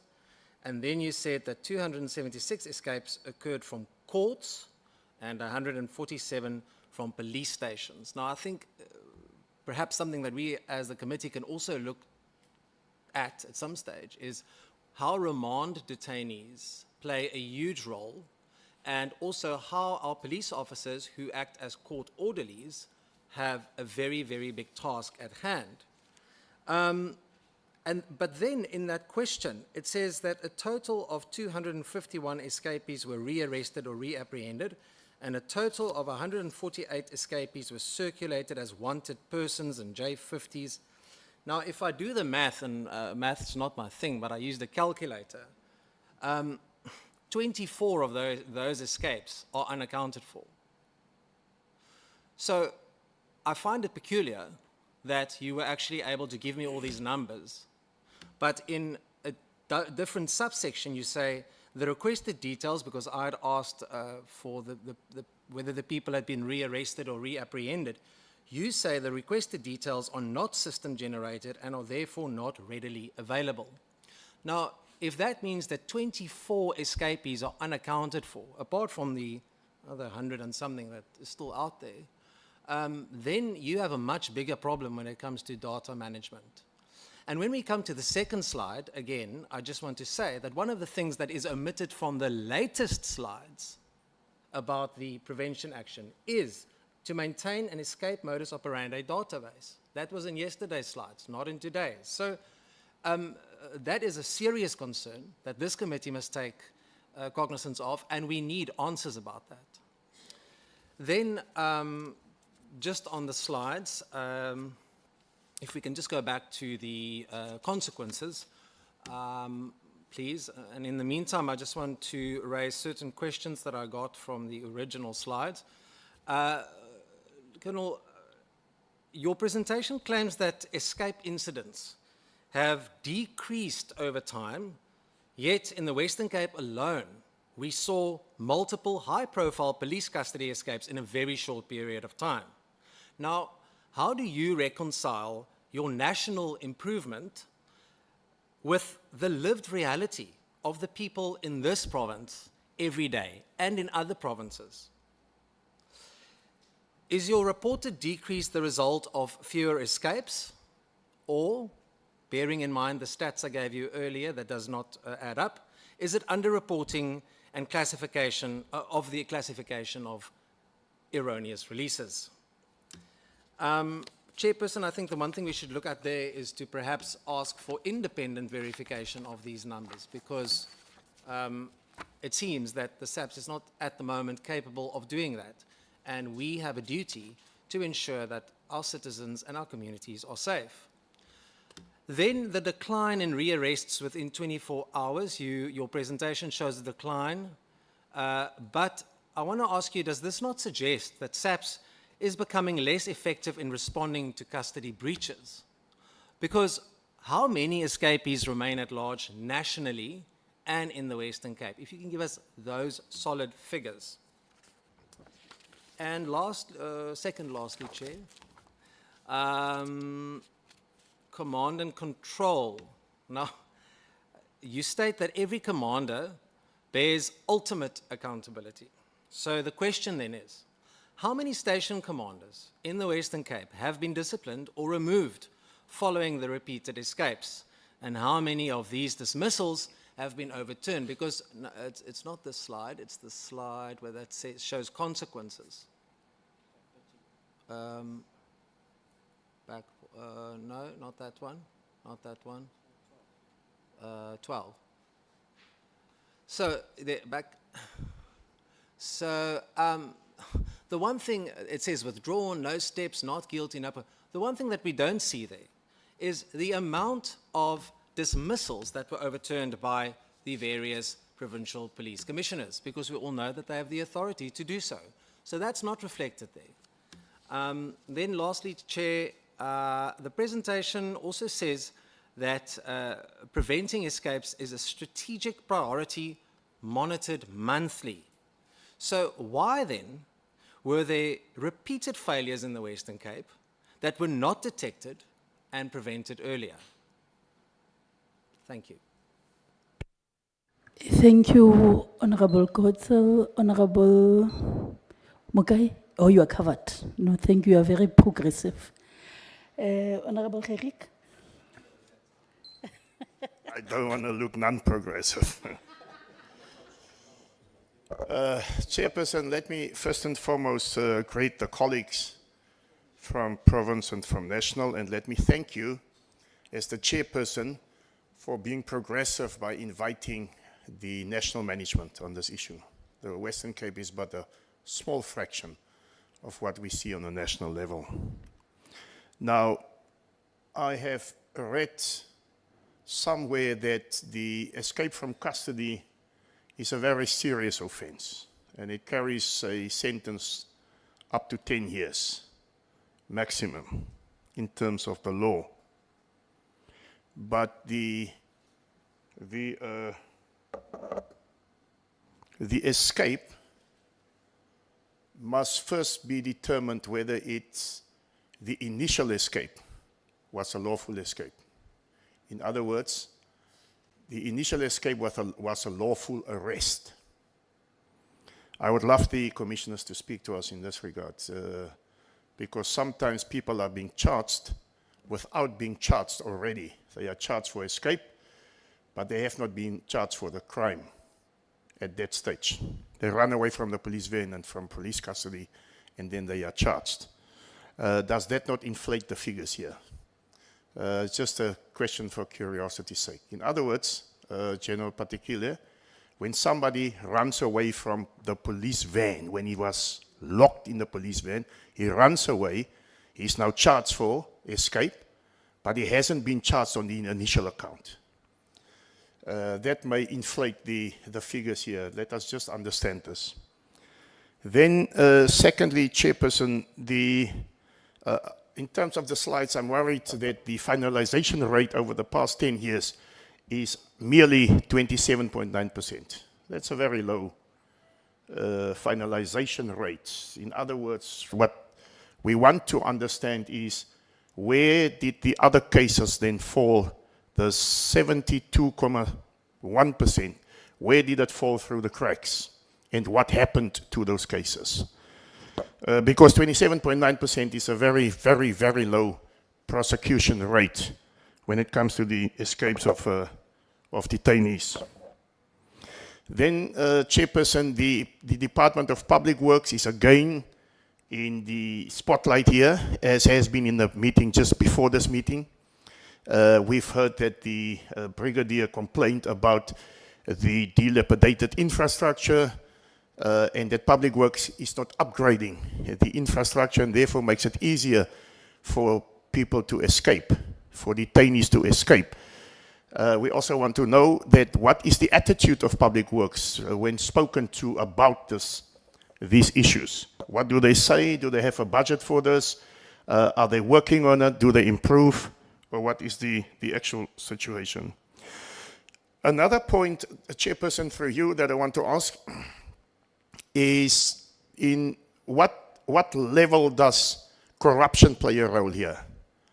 In other words, how many of the personnel, police people, are taking a 50 rand and 100 rand or 1,000 rand to effect the escape of a person? Do we know that through the 27.9% finalization? It should have been surfaced in the hearings of what has come out.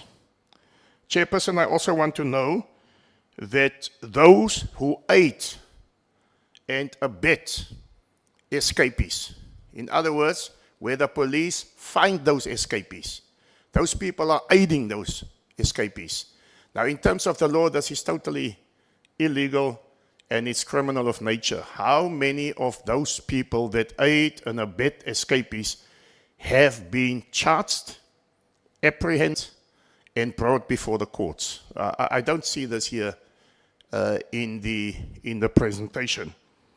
It is important that we deal with people that aid and abet crime also, General Patekile, that we understand, because the mother may harbor the child for so long, or the auntie may harbor the child for so long, and the police are looking all over the scene, but the child is in protection of the family or friends. We need to know whether those people have been charged or not. Then, Chairperson,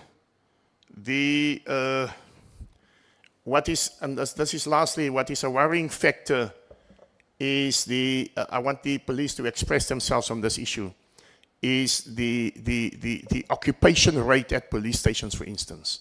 In many instances, when we've been to Limpopo last year, we've heard that people from Limpopo, they apprehend somebody here in Toyando, then they must drive 120 kilometers or 60 kilometers further just to lock that person up in a cell, meaning that the police van and the personnel are leaving the scene, the entire police precinct or area where they serve, stand still.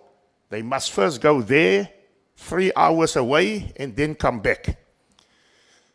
Do we, over and above the 5,000 that the President has announced, new recruits that will be appointed, I want to ask the Deputy Minister, how do you anticipate to allocate those 5,000 new recruits to which police stations?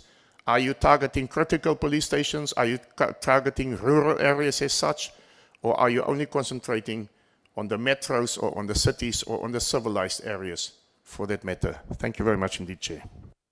Thank you, Honorable Gerik. Honorable Nkosi Nonkonyan, all of you, you've been within your time limits. Okay. It's very good. Yeah. I hope I will not be an exception. Thank you, Chair, and honorable members, and DM and your team, good afternoon, and all the distinguished guests that are listening. I'll be short, Chair. First and foremost, I want to thank the Ministry for the presentation that is clear, and also for owning up that the contributory factors is mainly on their part, 50%. And however, Chair, slide 12 is a concern that has been expressed by my colleagues before me. I see then that the total number of finalized rates is only 27.96%. And the question is why? Can they just elaborate why? Is there any capacity problem within the police, or police are reluctant to discipline their peers or something like that, so that these perceptions are cleared? Then the next is somewhat a follow-up from Honorable Billy, but differently. On slide 13, Chair, for instance, you tell us that in the Eastern Cape you finalized 4 cases, and you draw nothing, but 2 of them there is no prima facie case, which means that they had not dealt with. One would assume that there were 2 outstanding. But you confuse me somewhat. You say suspension without pay are 4. Can you clarify that? And then you say at the end there's no dismissal. Incidental to Honorable Billy's question then is, I see that there is no dismissal at all. Are you telling us that those escapees, they were not of such magnitude to warrant a stern action on part of the police to discipline those, bearing in mind of the public perception and the concern that as public representatives are having of some of you, very few so far, because we know many of you are actually dedicated to duty, are actually complicit with criminals, cartels, and everyone else. And can you then please clarify why there's no discipline? Does it mean that an escapee, there has been no consequence, or that escapee did not kill somebody or continue other heinous crime, to suggest therefore that there's no need to discipline anyone to justify a sanction of a dismissal? I'm not saying that they must be dismissed all, because I'm alive to the fact that cases do differ. Thank you, Chair. These are my few questions. Yeah, thank you, honorable members, on your questions. And Deputy Minister and the Commissioner. Mine, it's on the slide 8. Slide 8 actually pose a risk, and it indicates that we do have infrastructural challenges. Because if these escapes are happening in police cells, courts, hospitals, it really shows that there's something that we need to do, and of which it's something that we've been speaking of automation and digital deployment of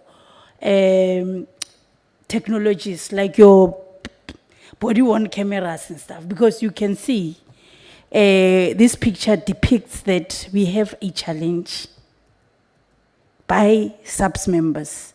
And the other thing that I want to ask is with regards to the issue of most cells not being in good condition. What is the plan by the department? Because if this is a challenge, it can't be a recurring challenge. You must have a plan in place on dealing with these issues. As this select committee colleagues, we have been indicating to your good selves that when you bring statistics before us, those statistics numbers, they are bearing faces of people behind, right? And we need demographics so that we are able to see the issue of gender-based violence and femicide, and just a national plan in terms of dealing with issues of crime and corruption and other social ills in our communities. Because when it's like this, you don't know who is the problem in the society. Is that particular person a female or a man, young, old, so that we are able to check how our challenges are actually posing a threat to us responding to the triple challenges of this country. So please, moving forward, when you come before us, make sure that demographics are clear. The other thing that one have noted, and I think Honorable Mzamo is making emphasis on that, the issue of non-accounted cases, it shows that we don't have a strategy of consequence management. Because if they are not accounted, there's no plan on how do you deal with a person who's defaulting within the system. So can you just give us sense on what is it that you have in terms of consequence management, so that we can be able to get sense of these non-accounted cases. The other thing that I think it is important that I would want to emphasize on is what Honorable Gotzel is saying about the reliability of numbers before us. I think he doesn't believe what is before us. But if you have system in place where you can refer honorable members to quantify these numbers, just refer, so that it shouldn't be that we come here, go police station per police station, province per province, region per region, in terms of checking if what we have here is something that is quantified, or the real information that we are dealing with.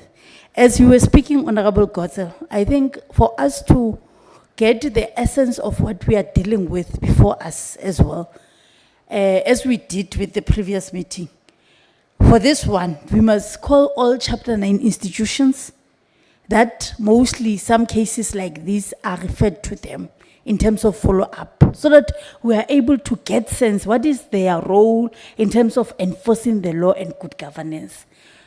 Because they are not just there for, they are waiting for Western Cape crime scenes that are seen as if in other areas are not happening, even if here they arrive.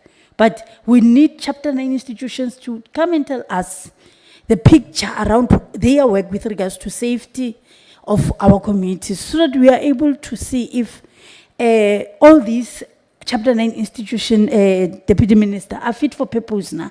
Because you would think that what we thought of they would do, now it has changed. They need to change somehow in terms of their mandate. So I want to just lobby the committee that in our next meeting or meetings that we'll have in the next term, let's have all these Chapter 9 institutions just to come and tell us, more especially on GBVF? Because most of these escapes are for, can you just even give us the picture? If it's for petty crimes, or which ones are these ones that looks like your Matlala and Thabo Besta's crime scene? Because it will be important for this committee. One of the things that I'm picking up, Honorable Gerik, to you, is this, I mean, it's a fact that there's unlawful arrests sometimes, because there's Nzamo there who is a constable, and Nzamo is my brother. And I got to be in a fight with Gerik. And now Nzamo goes there and abuse power and then arrest Gerik. So just give us as well the essence on for what type of a crime this statistic speaks to, so that at least we get to understand that our men and women in blue, they are equal to the task. In our committee, sometimes we, for me, I'm for women and men in blue who I believe they must not die while they have tools with them.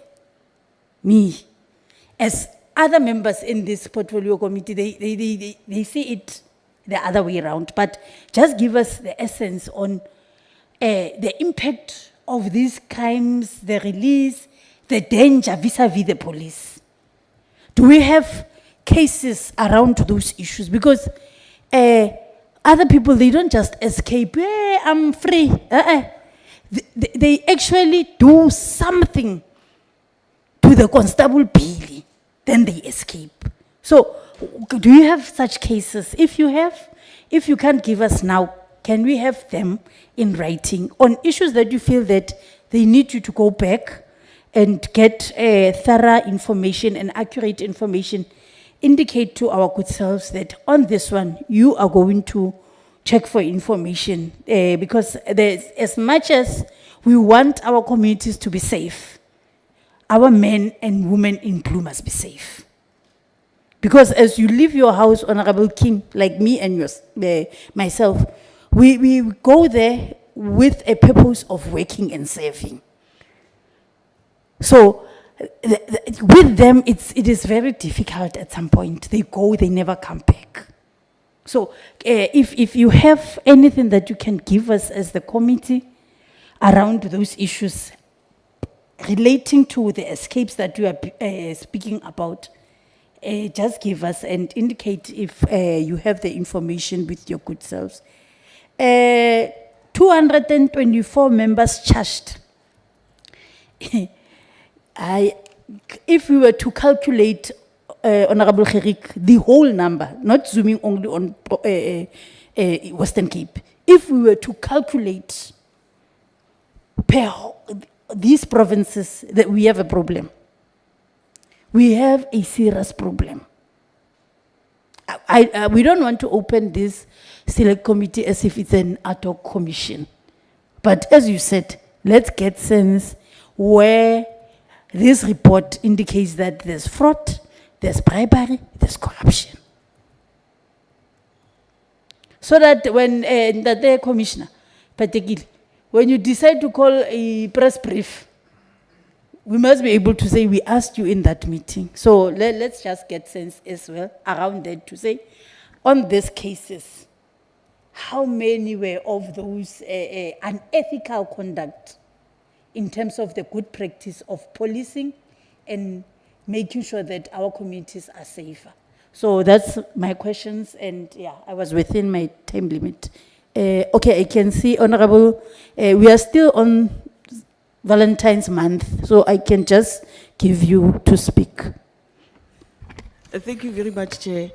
Chairperson, from my side, I'm actually tempted to ask. I did not want to ask a question to subs, but one, Chairperson, the subs must maybe share with us whether do they have a due diligence that has been conducted with regard to the infrastructure status. The reason why I'm asking this, Chairperson, from the area that I come from, I know there was an escape that was experienced, and I went I conducted an oversight in that police station, which is Koster. And that time when I went, the situation was still the same. So I just want to check as to when you submit your projects with Public Works, which police station do you prioritize? Maybe it will be important that later on you can share with us which police station have you prioritized, especially those that experienced the escapes and those that are in a danger of experiencing future escapes, because now when we speak of the situation currently of escaping in police custodies, it's a serious concern that we cannot just fold hands and say we've got an infrastructure challenge. We know the limited resources and the budgets that we normally approve to you. And we know the challenges that are confronting us, but we also want you to share with us that with the limited resources that you have, how many police stations have you budgeted for this current financial year? Thanks very much. Thank you, Honorable Queen. I'm sure the chairperson has already rounded up her comments, and it's time for the department to respond and give clarity on questions that have been posed. I'm sure DM will deal with those matters that relates to policy, and then pass it on to the team to respond to specific questions. Thank you. No, thank you, Chair, and thanks to members. I think we know when members were asking questions, I realized that we should have perhaps allowed the other presentation on the Western Cape to be presented because some of the questions that have been raised talk to that. And the PC will unfortunately be expected to answer without having presented, but I think it should be okay because members have received the presentation, so even though we don't present, but we can talk to that. The 5,000 members that the president spoke to, it's a number that makes a contribution to the personnel of SAPS. I must say, Chair, that whilst we appreciate that number, we continue to argue for more, like the president allowed us previously on the project 10,000, where we recruited 30,000 over a period of 3 years. And now we're back to 5,000. And we will be happy if the committee can also continue to support us in our endeavor to have the project 10,000 again, because it's making a difference. But in terms of their distribution to stations, we do, Honorable Kherik, distribute them in areas where we will make meaningful changes. And though the number is limited, as I said, but we do that because we'd like, for instance, in I think it was last month where we provided resources to an area in Tavanchu where they were lacking resources, which is a rural area in the Free State. So we do take that into consideration. I will request that we allow, on the other matters that have been raised, we allow the Divisional Commissioner, Lieutenant General Mamutetu, to respond. But I must, maybe before I do that, on issues of infrastructure, which has to do with the upgrading of police station that was spoken to. Currently, we have come to the conclusion that if we continue the way we have been continuing, we will not resolve this problem. We will come back here next year, talk about the same problem. We'll come the year after, talk about the same problem, because this has been the norm, I think, in the past administration of complaints about public works and its ability to respond.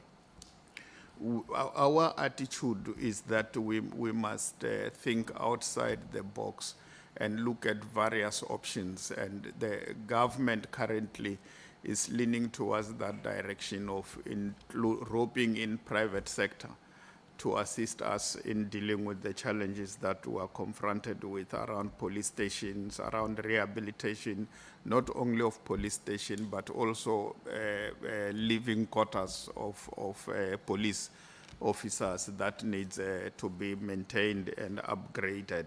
So public-private partnership programs are the way to go.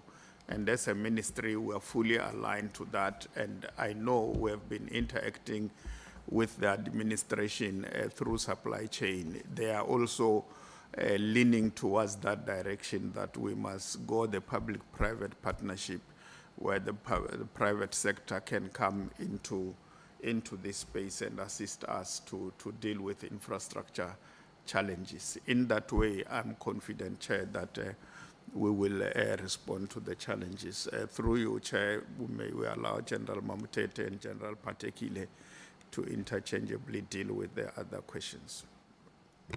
Thank you very much, DM. I will try to cluster some of the questions that have been asked because they are more interrelated.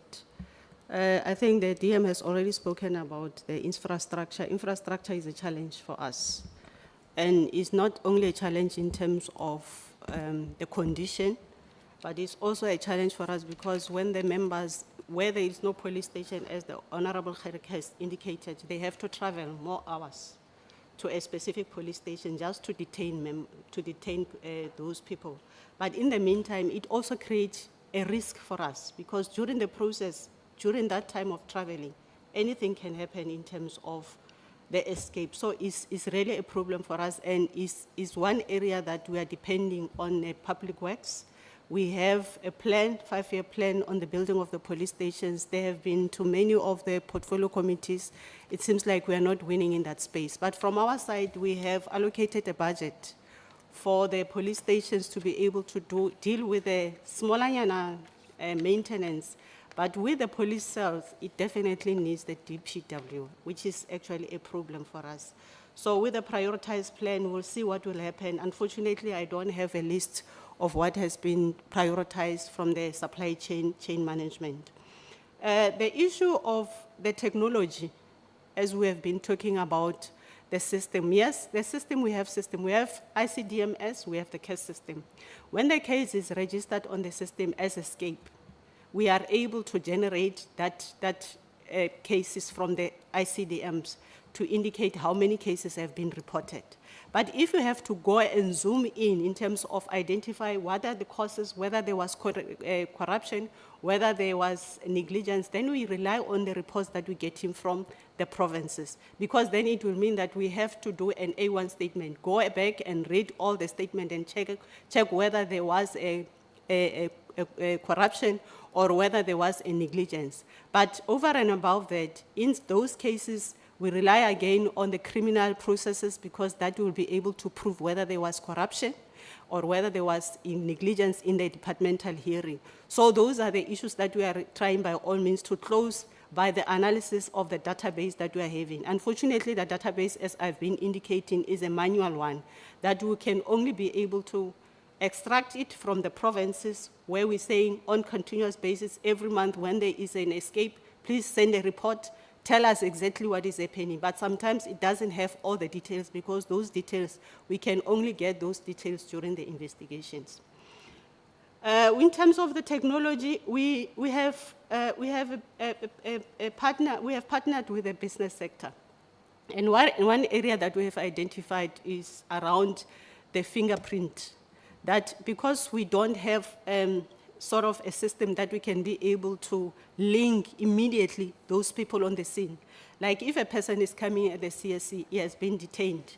We are not able to say this person is wanted in Limpopo, this person is wanted in Western Cape, unless if we can check with those people, they can be able to tell us in terms of the J50s that are already on the system. But we want to have it on a fingerprint. That person will just, in terms of the fingerprint, be able to put his fingerprint and it will be able to give us all the information around that person and whether that person has escaped, which cases we are able to link it immediately. But if we don't have that, we're still relying on manual to go back and check from the system if this person has committed any other crime.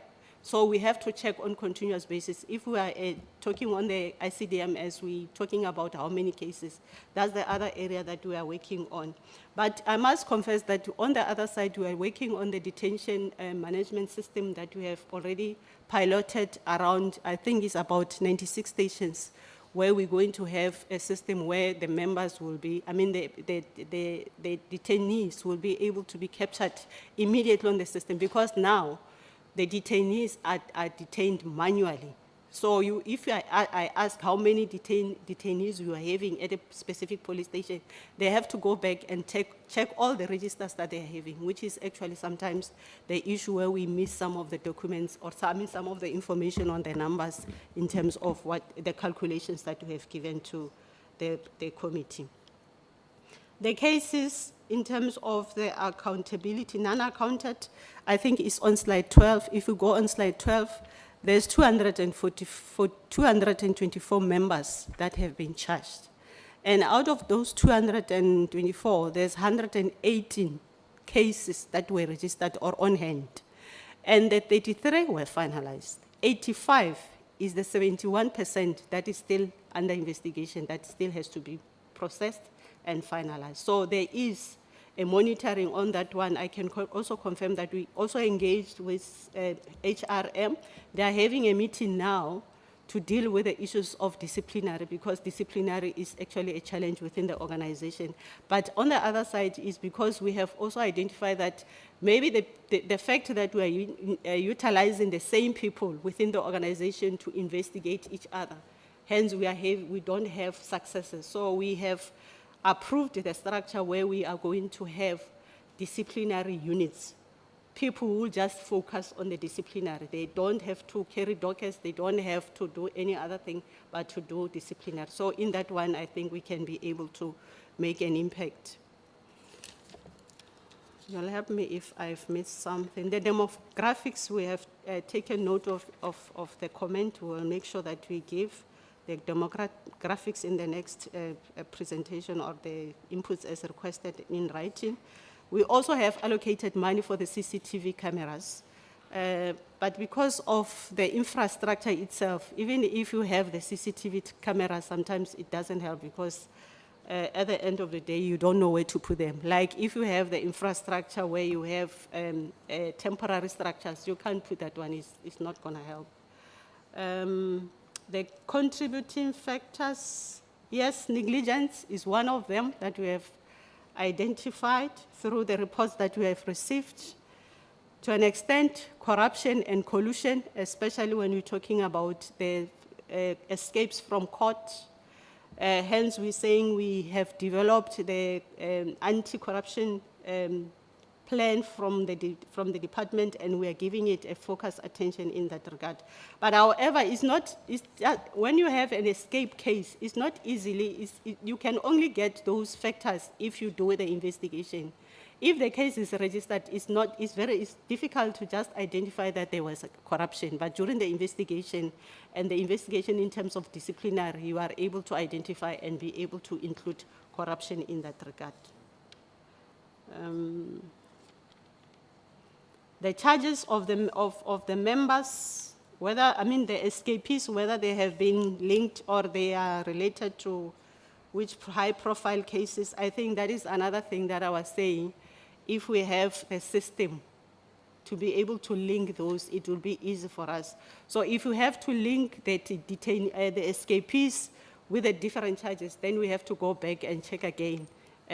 Manually, so whether those people, which type of offenses they have committed.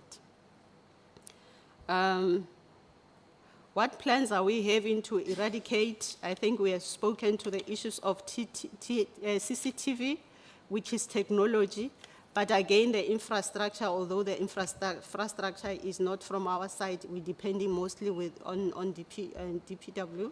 And then the negligence, of course, is on the intensifying, strengthening the compliance part of it. We are doing that.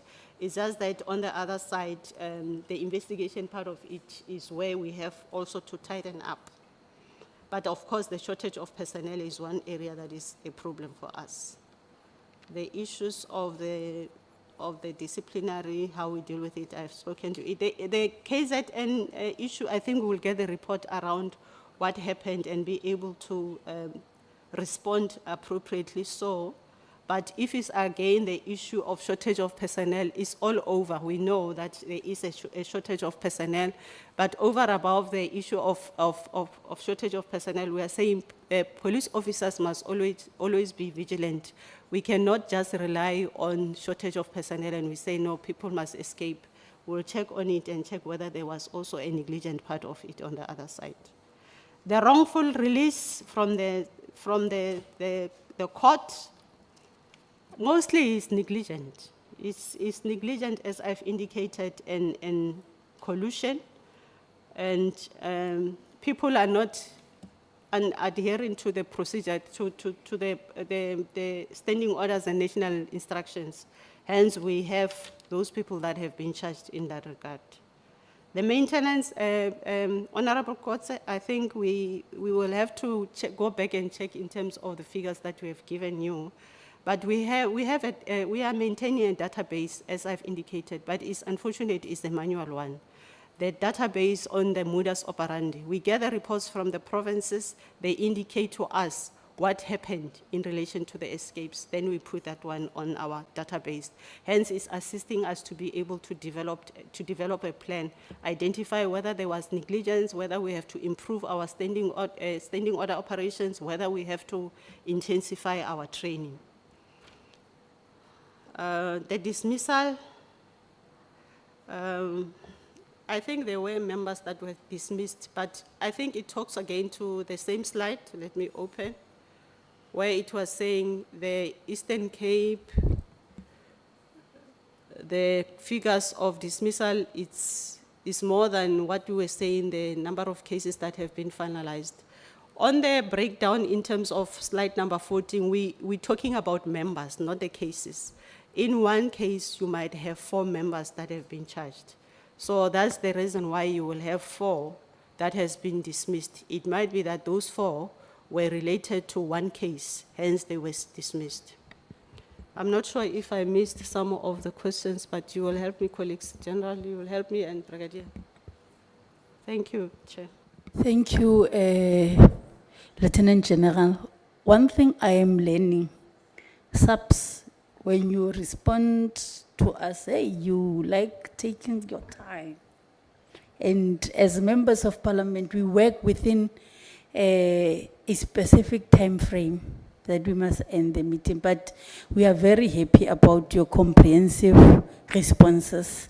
Where you think that we need details specifically, when you send us the demographics, send that particular report, so that people must not question themselves that is it the police or the escapes or what? So just like that, because sometimes when you bring it like this, you get confused as you go with the presentation.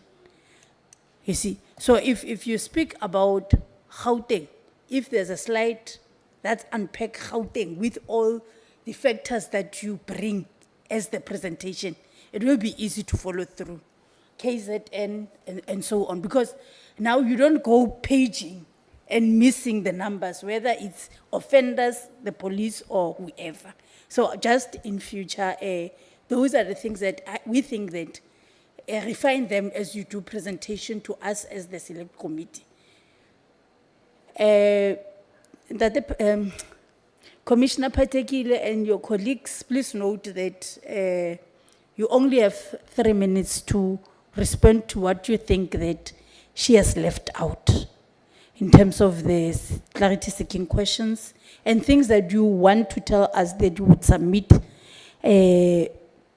through written responses. It will be fine for us as well. Members, let us finish this round of questions. And then after, Honorable Noe, as you are saying, as my co-chair, the after, it will be this is what we want through as written submissions. Bearing in mind our time allocated for it's one, guys. Remember, we want to teach others how to professionalize politicking as politicians, as MPs. So we must do it within the confines of our framework of oversight and accountability. I'm not trying to stifle anyone. After their response, because you can't have, they are not done with their responses, then bumper to bumper question. Commissioner particularly, indicate if you've been covered and if you would want to do a written submission so that I can check with members on questions that they would want to make follow-up so that you can write to us in responding to their questions. Over to you, Brigadier. It will be Brigadier then yourself. Thank you, Honorable Chair and Honorable Members, the Honorable Deputy Minister and the Divisional Commissioner. I think the one... Impopo Maibela. Apa kumno. Yes. Oh, no.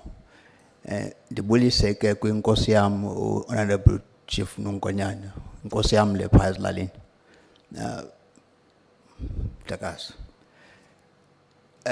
The only question that I think we did not answer is how many station commissioners have been dismissed or removed in the Western Cape. No, we did not. And there's quite a number of reasons that you look at in the circumstances for each case. That yes, the collective responsibility of the station is the station commander.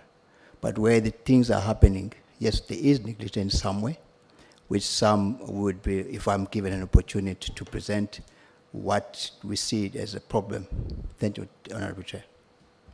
That's 1 minute. Brigadier. Yeah, thank you, Chair. On my side is the issue of wrongful release. I think my DIFCOM also explained we have got a system called IPM, Integrated Person Management. It's an electronic system which speak with different departments like Home Affairs, Justice, DSD, where we, even in correctional services, although correctional services, they're busy upgrading. When a person is charged or arrested, when you verify the person through the fingerprints biometrics, when the person is released also, you have to verify with the biometrics whether you are releasing the same person or not. We noted that. That's why we come up with this solution. Thank you, Chair. Thank you, Subs. I think with regards to the station commanders who are dismissed, you can give us a submission as well, DM, in terms of the whole picture of our provinces. Whether it's captain, colonel, brigadier, constable, warrant officer, CPF, community policing, for all your stakeholders that are within the system. It will be important that we get that picture so that we don't call you for escapes.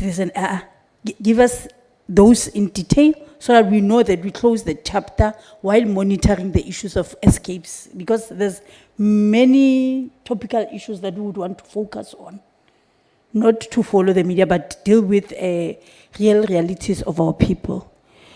Over to you, Brigadier, and then I would then note members on this side. Thank you, Chair. Good afternoon, everybody. Just one clarity that Honorable Pala was concerned about. What do we mean when we say people were wrongfully released by courts? What does happen, which we have... It's Honorable Gerik, not Honorable Pal. Come again, Chair? The question was from Honorable Gerik. It was from... Commander. It did ask that. What does happen, let's say, for instance, this prisoner is taken to court, he's got 3 cases. Then the appear in front of the presiding officer, the magistrate. Then the magistrate find him not guilty, said, no, I'm discharging you, go home, you are released. What does happen at times is when our cops fail to go back to the holding cells where all the prisoners arrive to verify, much as you are released by the magistrate or you are acquitted by the magistrate. Are there any other cases that are pending against you, which we have tightened that space now? Because before we release you straight from the court, we take you back to the cells to check through our escort document to check are there any other, which partly it was part of the necklace from our side. I'm just clarifying that part, say he was wrongfully released in court. The magistrate released him or her correctly, but then in actual fact he was not supposed to be outside in the street because of other pending cases that the magistrate was not aware of. Thank you, Chair. Thank you, subs. Now I'm taking, these are for submissions, Honorable Bill, as I said. Ne? I'm noting your good self, it's Honorable Billy, Honorable Noe, Oshap. Okay. How commander Hashab, Bula meeting. Okay, you are fine. Chair. Sorry, can I please make a proposal, if you allow me? Can I propose closure? I'll tell you why. It is past 1. We still need to have lunch, then we move over to the to the dome. So we have limited time. If I propose closure, can we put our questions, outstanding questions in writing? It can be forwarded to the commissioners then. Just a proposal. Guys, relax, it's a proposal. So as the chair, one of the privileges is to decide. Is to decide those privileges as a chair you have been given constitutionally so and per the rules of NCOP. I don't know what you are saying, Billy, but it's fine. There's a record. Yeah, take into it. As I said, Honorable Gerik, that let's take these questions for submission, and then they will write to us.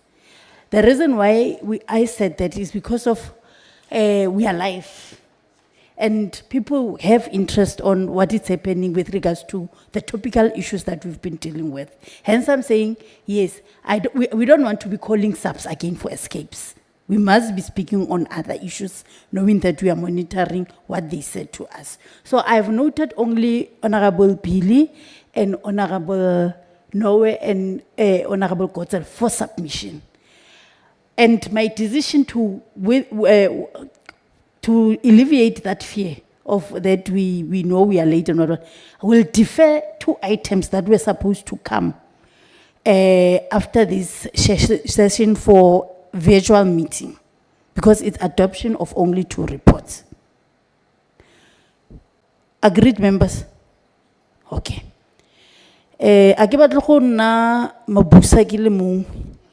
is why I was asking you. Honorable Billy? Thank you, Chair, for allowing us to not prematurely leave this hanging. We've got to tie it up quite properly. Mine is very short. I think there is an agreement here that there is a problem in terms of consequence management. What is also coming up strongly is the issue of infrastructure and staffing. Now, I think from what I'm gathering, there is no clear indication of how dire the situation is. And I think it is properly in the committee's interest to have a much broader understanding of the state of the infrastructure of holding cells in all provinces, especially those which are very much affected by this. And I think in us moving forward, Chair, perhaps what we can agree is in our next engagement, or what we can mandate the department to do for us, is to have a proper audit of the infrastructure in as far as holding cells is concerned. Prioritizing, obviously, the provinces which are showing an increase. And also some time-bound plan or in terms of budgeting and what is going to be done in the near future. I think I would be happy with that, Chair, and also maybe a much better plan on how to handle the issue of disciplinary. I think from what we are gathering, we should all be worried here, and I think the management of the police must be worried in how they are dealing with the consequences of whether it is as a result of lack of inspections or infrastructure or staffing. Honorable You've Billy, got to be, you are repeating. Chairperson, I would like to make a point. No, we got your point. The thing is, now I've just decided that we have this set of round for submission. And as I said, you have indicated those issues. Now you are repeating them. Honorable Noe. Thank you, Chair. Unless I missed it, but I think it was not adequately answered. It deals with slide 11 on contributing factors.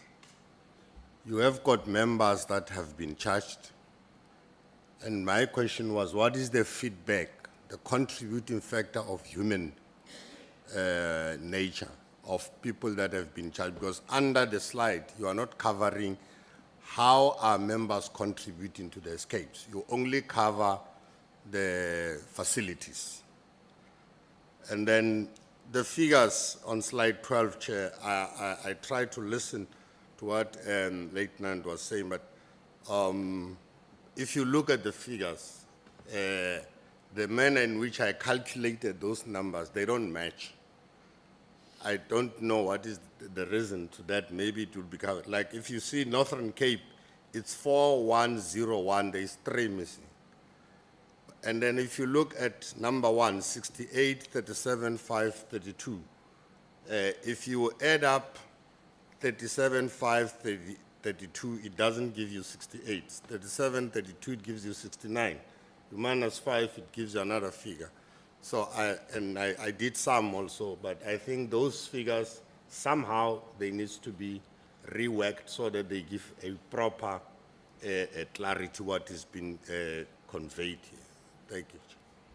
Thank you, Honorable Noe. Honorable Kotzel. Chair, I'm slightly confused. Firstly, because as you said in your opening, and as the agenda reflects, we're here today to hear from both the acting minister or the deputy minister and the Provincial Police Commissioner, and that is why there are two sets of slides. So when we started, and you must please go back to the Hansard, as the member earlier suggested, you said that we have 2.5 hours. That takes us to 2 o'clock. Yes. Then I just want to say that I am not prepared to pose questions on the second set of slides, which has not been presented to us, because I have waited 2 months. This request, or the request for this meeting, was issued at the end of November. 5 sets of escapes happened in a very short period of time in the Western Cape. All of them at well-established police precincts. Well-established, Wynberg, Strand, this is where the police station and the Magistrates Court is literally next to each other, they're one. And I'm not prepared for us to defer that to written questions. I'm here today to ask the Provincial Police Commissioner about those escapes. And you are absolutely correct. You yourself earlier, absolutely correct, spoke about consequence management. Now, I will tell you now that the reason for these escapes is because there is no consequence management. Last week in Athlone, I found a police officer who has been arrested on 2 charges of corruption, and the one charge is for dealing in drugs and helping a remand detainee to take drugs back to Polsma. He's not been suspended. He still works in that office. And this morning, a 9-month-old baby died because of gang violence. Now, gang violence is perpetuated by the drug wars. And when our SAPS members are allegedly part of that, we need the answers. And that is why we are here today, not on Zoom. No, I think we need to clarify your good self. We are not just here for those matters. We are here because of our oversight and accountability pertaining to the agenda that we have set based on what you have requested. So you can't hold us at ransom that whatever that you have asked, you don't want it in a written submission. Yet we could have concluded the rounds, and I indicated that this second round, it's for submission for written responses. What I'm noting to your good self is that what you were requesting as responses till to date on this presentation, it doesn't appear. So what I can say in this meeting, Commissioner Patekile, Honorable Godzel must submit issues that he needs clarity on, because the second set of questions was about questions that need to be submitted for written responses. Lieutenant General responded to Honorable Bailey based on the case that he said he has from KZN. And what was requested is that, can you submit so that we can follow up? So it's the same as what Honorable Kotzel is doing. So we're going to, I hope you have noted, whether he writes or not, it's something else, but he has actually asked his question, that he needs to get a response. But we want to send our message of condolences to the family of that 9-month child. One life is too many. Whether black, white, pink, red, it's a life. So we are very, very with those who are broken-hearted. And we want to thank you for bringing the real realities of our people, more especially those who are, I mean, Western Cape, we see it as a crime scene. When you come from airport, just coming here, you just wish every day that you are safe in and out. So the reason why we are here is to show the seriousness and the commitment of this committee to deal with these issues according to how they happen. So you can't, no, you can't hold me at ransom. As I have outlined, members, that the second set of questions would be for submissions. We would give you 7 days, as we normally do, for you to respond on those issues. There's no confusion. There is no confusion, and members want you to elaborate on issues of command and control with regards to these issues of escapes. Honorable Noah takes it further by saying, can we get the picture in terms of how these incidents are happening? And what he's saying is what I have asked to say, let's get the sense, how do these people escape? Because we need to know who gets to be injured, of which you didn't even answer me if there are incidents of men and women in blue within these particular cases. And I can't die. It's something that I would say, write the response and give it to us so that we get to know that even our men and women in blue, they become victims. So with that being said, members, I want to appreciate your participation and you, Commissioner, for coming physically here, because the letter was specific. We want you physically here. National Department, thank you for coming physically here. I mean, Honorable Gerik is appreciating the fact that as much as we were dealing with Western Cape issues, we thought of integrating all the provinces because we are the National Council of Provinces. I don't want to create a perspective that Western Cape it's better than other provinces, therefore. As the chairperson, I'm trying by all means not to even raise issues of Gauteng specifically, so that I don't be seen as a biased person. So, how's on Koba bill? Yeah, okay, no, I'm the chairperson. Privileges and rights are given to you in the rules, yeah. Powers and privileges. So, members, you see now you're bringing politics of GNU. Members, the meeting is officially adjourned. I want to thank you. Chair, I'm sorry. Yes. I did have my hand up. Is it a point of exigency or the Yes, order? And I want to put something on record.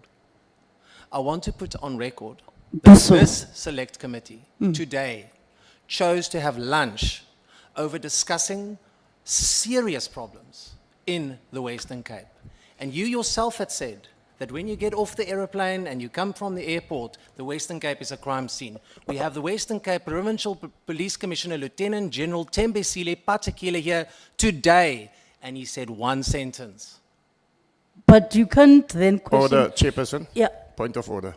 Over to you, Honorable Gerik. I don't want to make it a Western No, I Cape don't thing. want You are not that. a special child or the province. Yeah, By the way.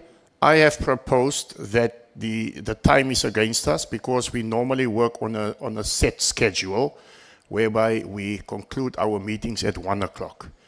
We are not prioritizing lunch above the business, but we must adhere and oblige to the schedule at hand. If we go on up until 2 o'clock, then we will first and foremost be late for the sitting, and secondly, we won't be able to have a break or lunch or whatever he wants to call it, the colleague wants to call it. So, and I think your request is a reasonable request for those questions that did not get answers here today, is to submit it in writing, because we are not engaged here in a hearing where you say and I say and you say and I say. It's just for the sake of clarity. Lastly, I also have a question that's outstanding that has not been answered, but I don't labor it here. I will write to the relevant authorities. Thank you. Thank you. Your order is sustained. We are not in the interrogation room. Members, with that being said, thank you. Please note in future, when you have brought the matter before us to deal with it, it's our collective engagement. It doesn't mean I like a Kim, therefore, Kim must tell us how to run that particular process. That would be incorrect. But again, just to remind members, Honorable Gerik, whatever that you said in the precinct of Parliament and during the process of Parliament cannot be used against you outside. So whether you said lunch, warawara, you are within your inputs as the Member of Parliament. With that being said, the meeting stands adjourned.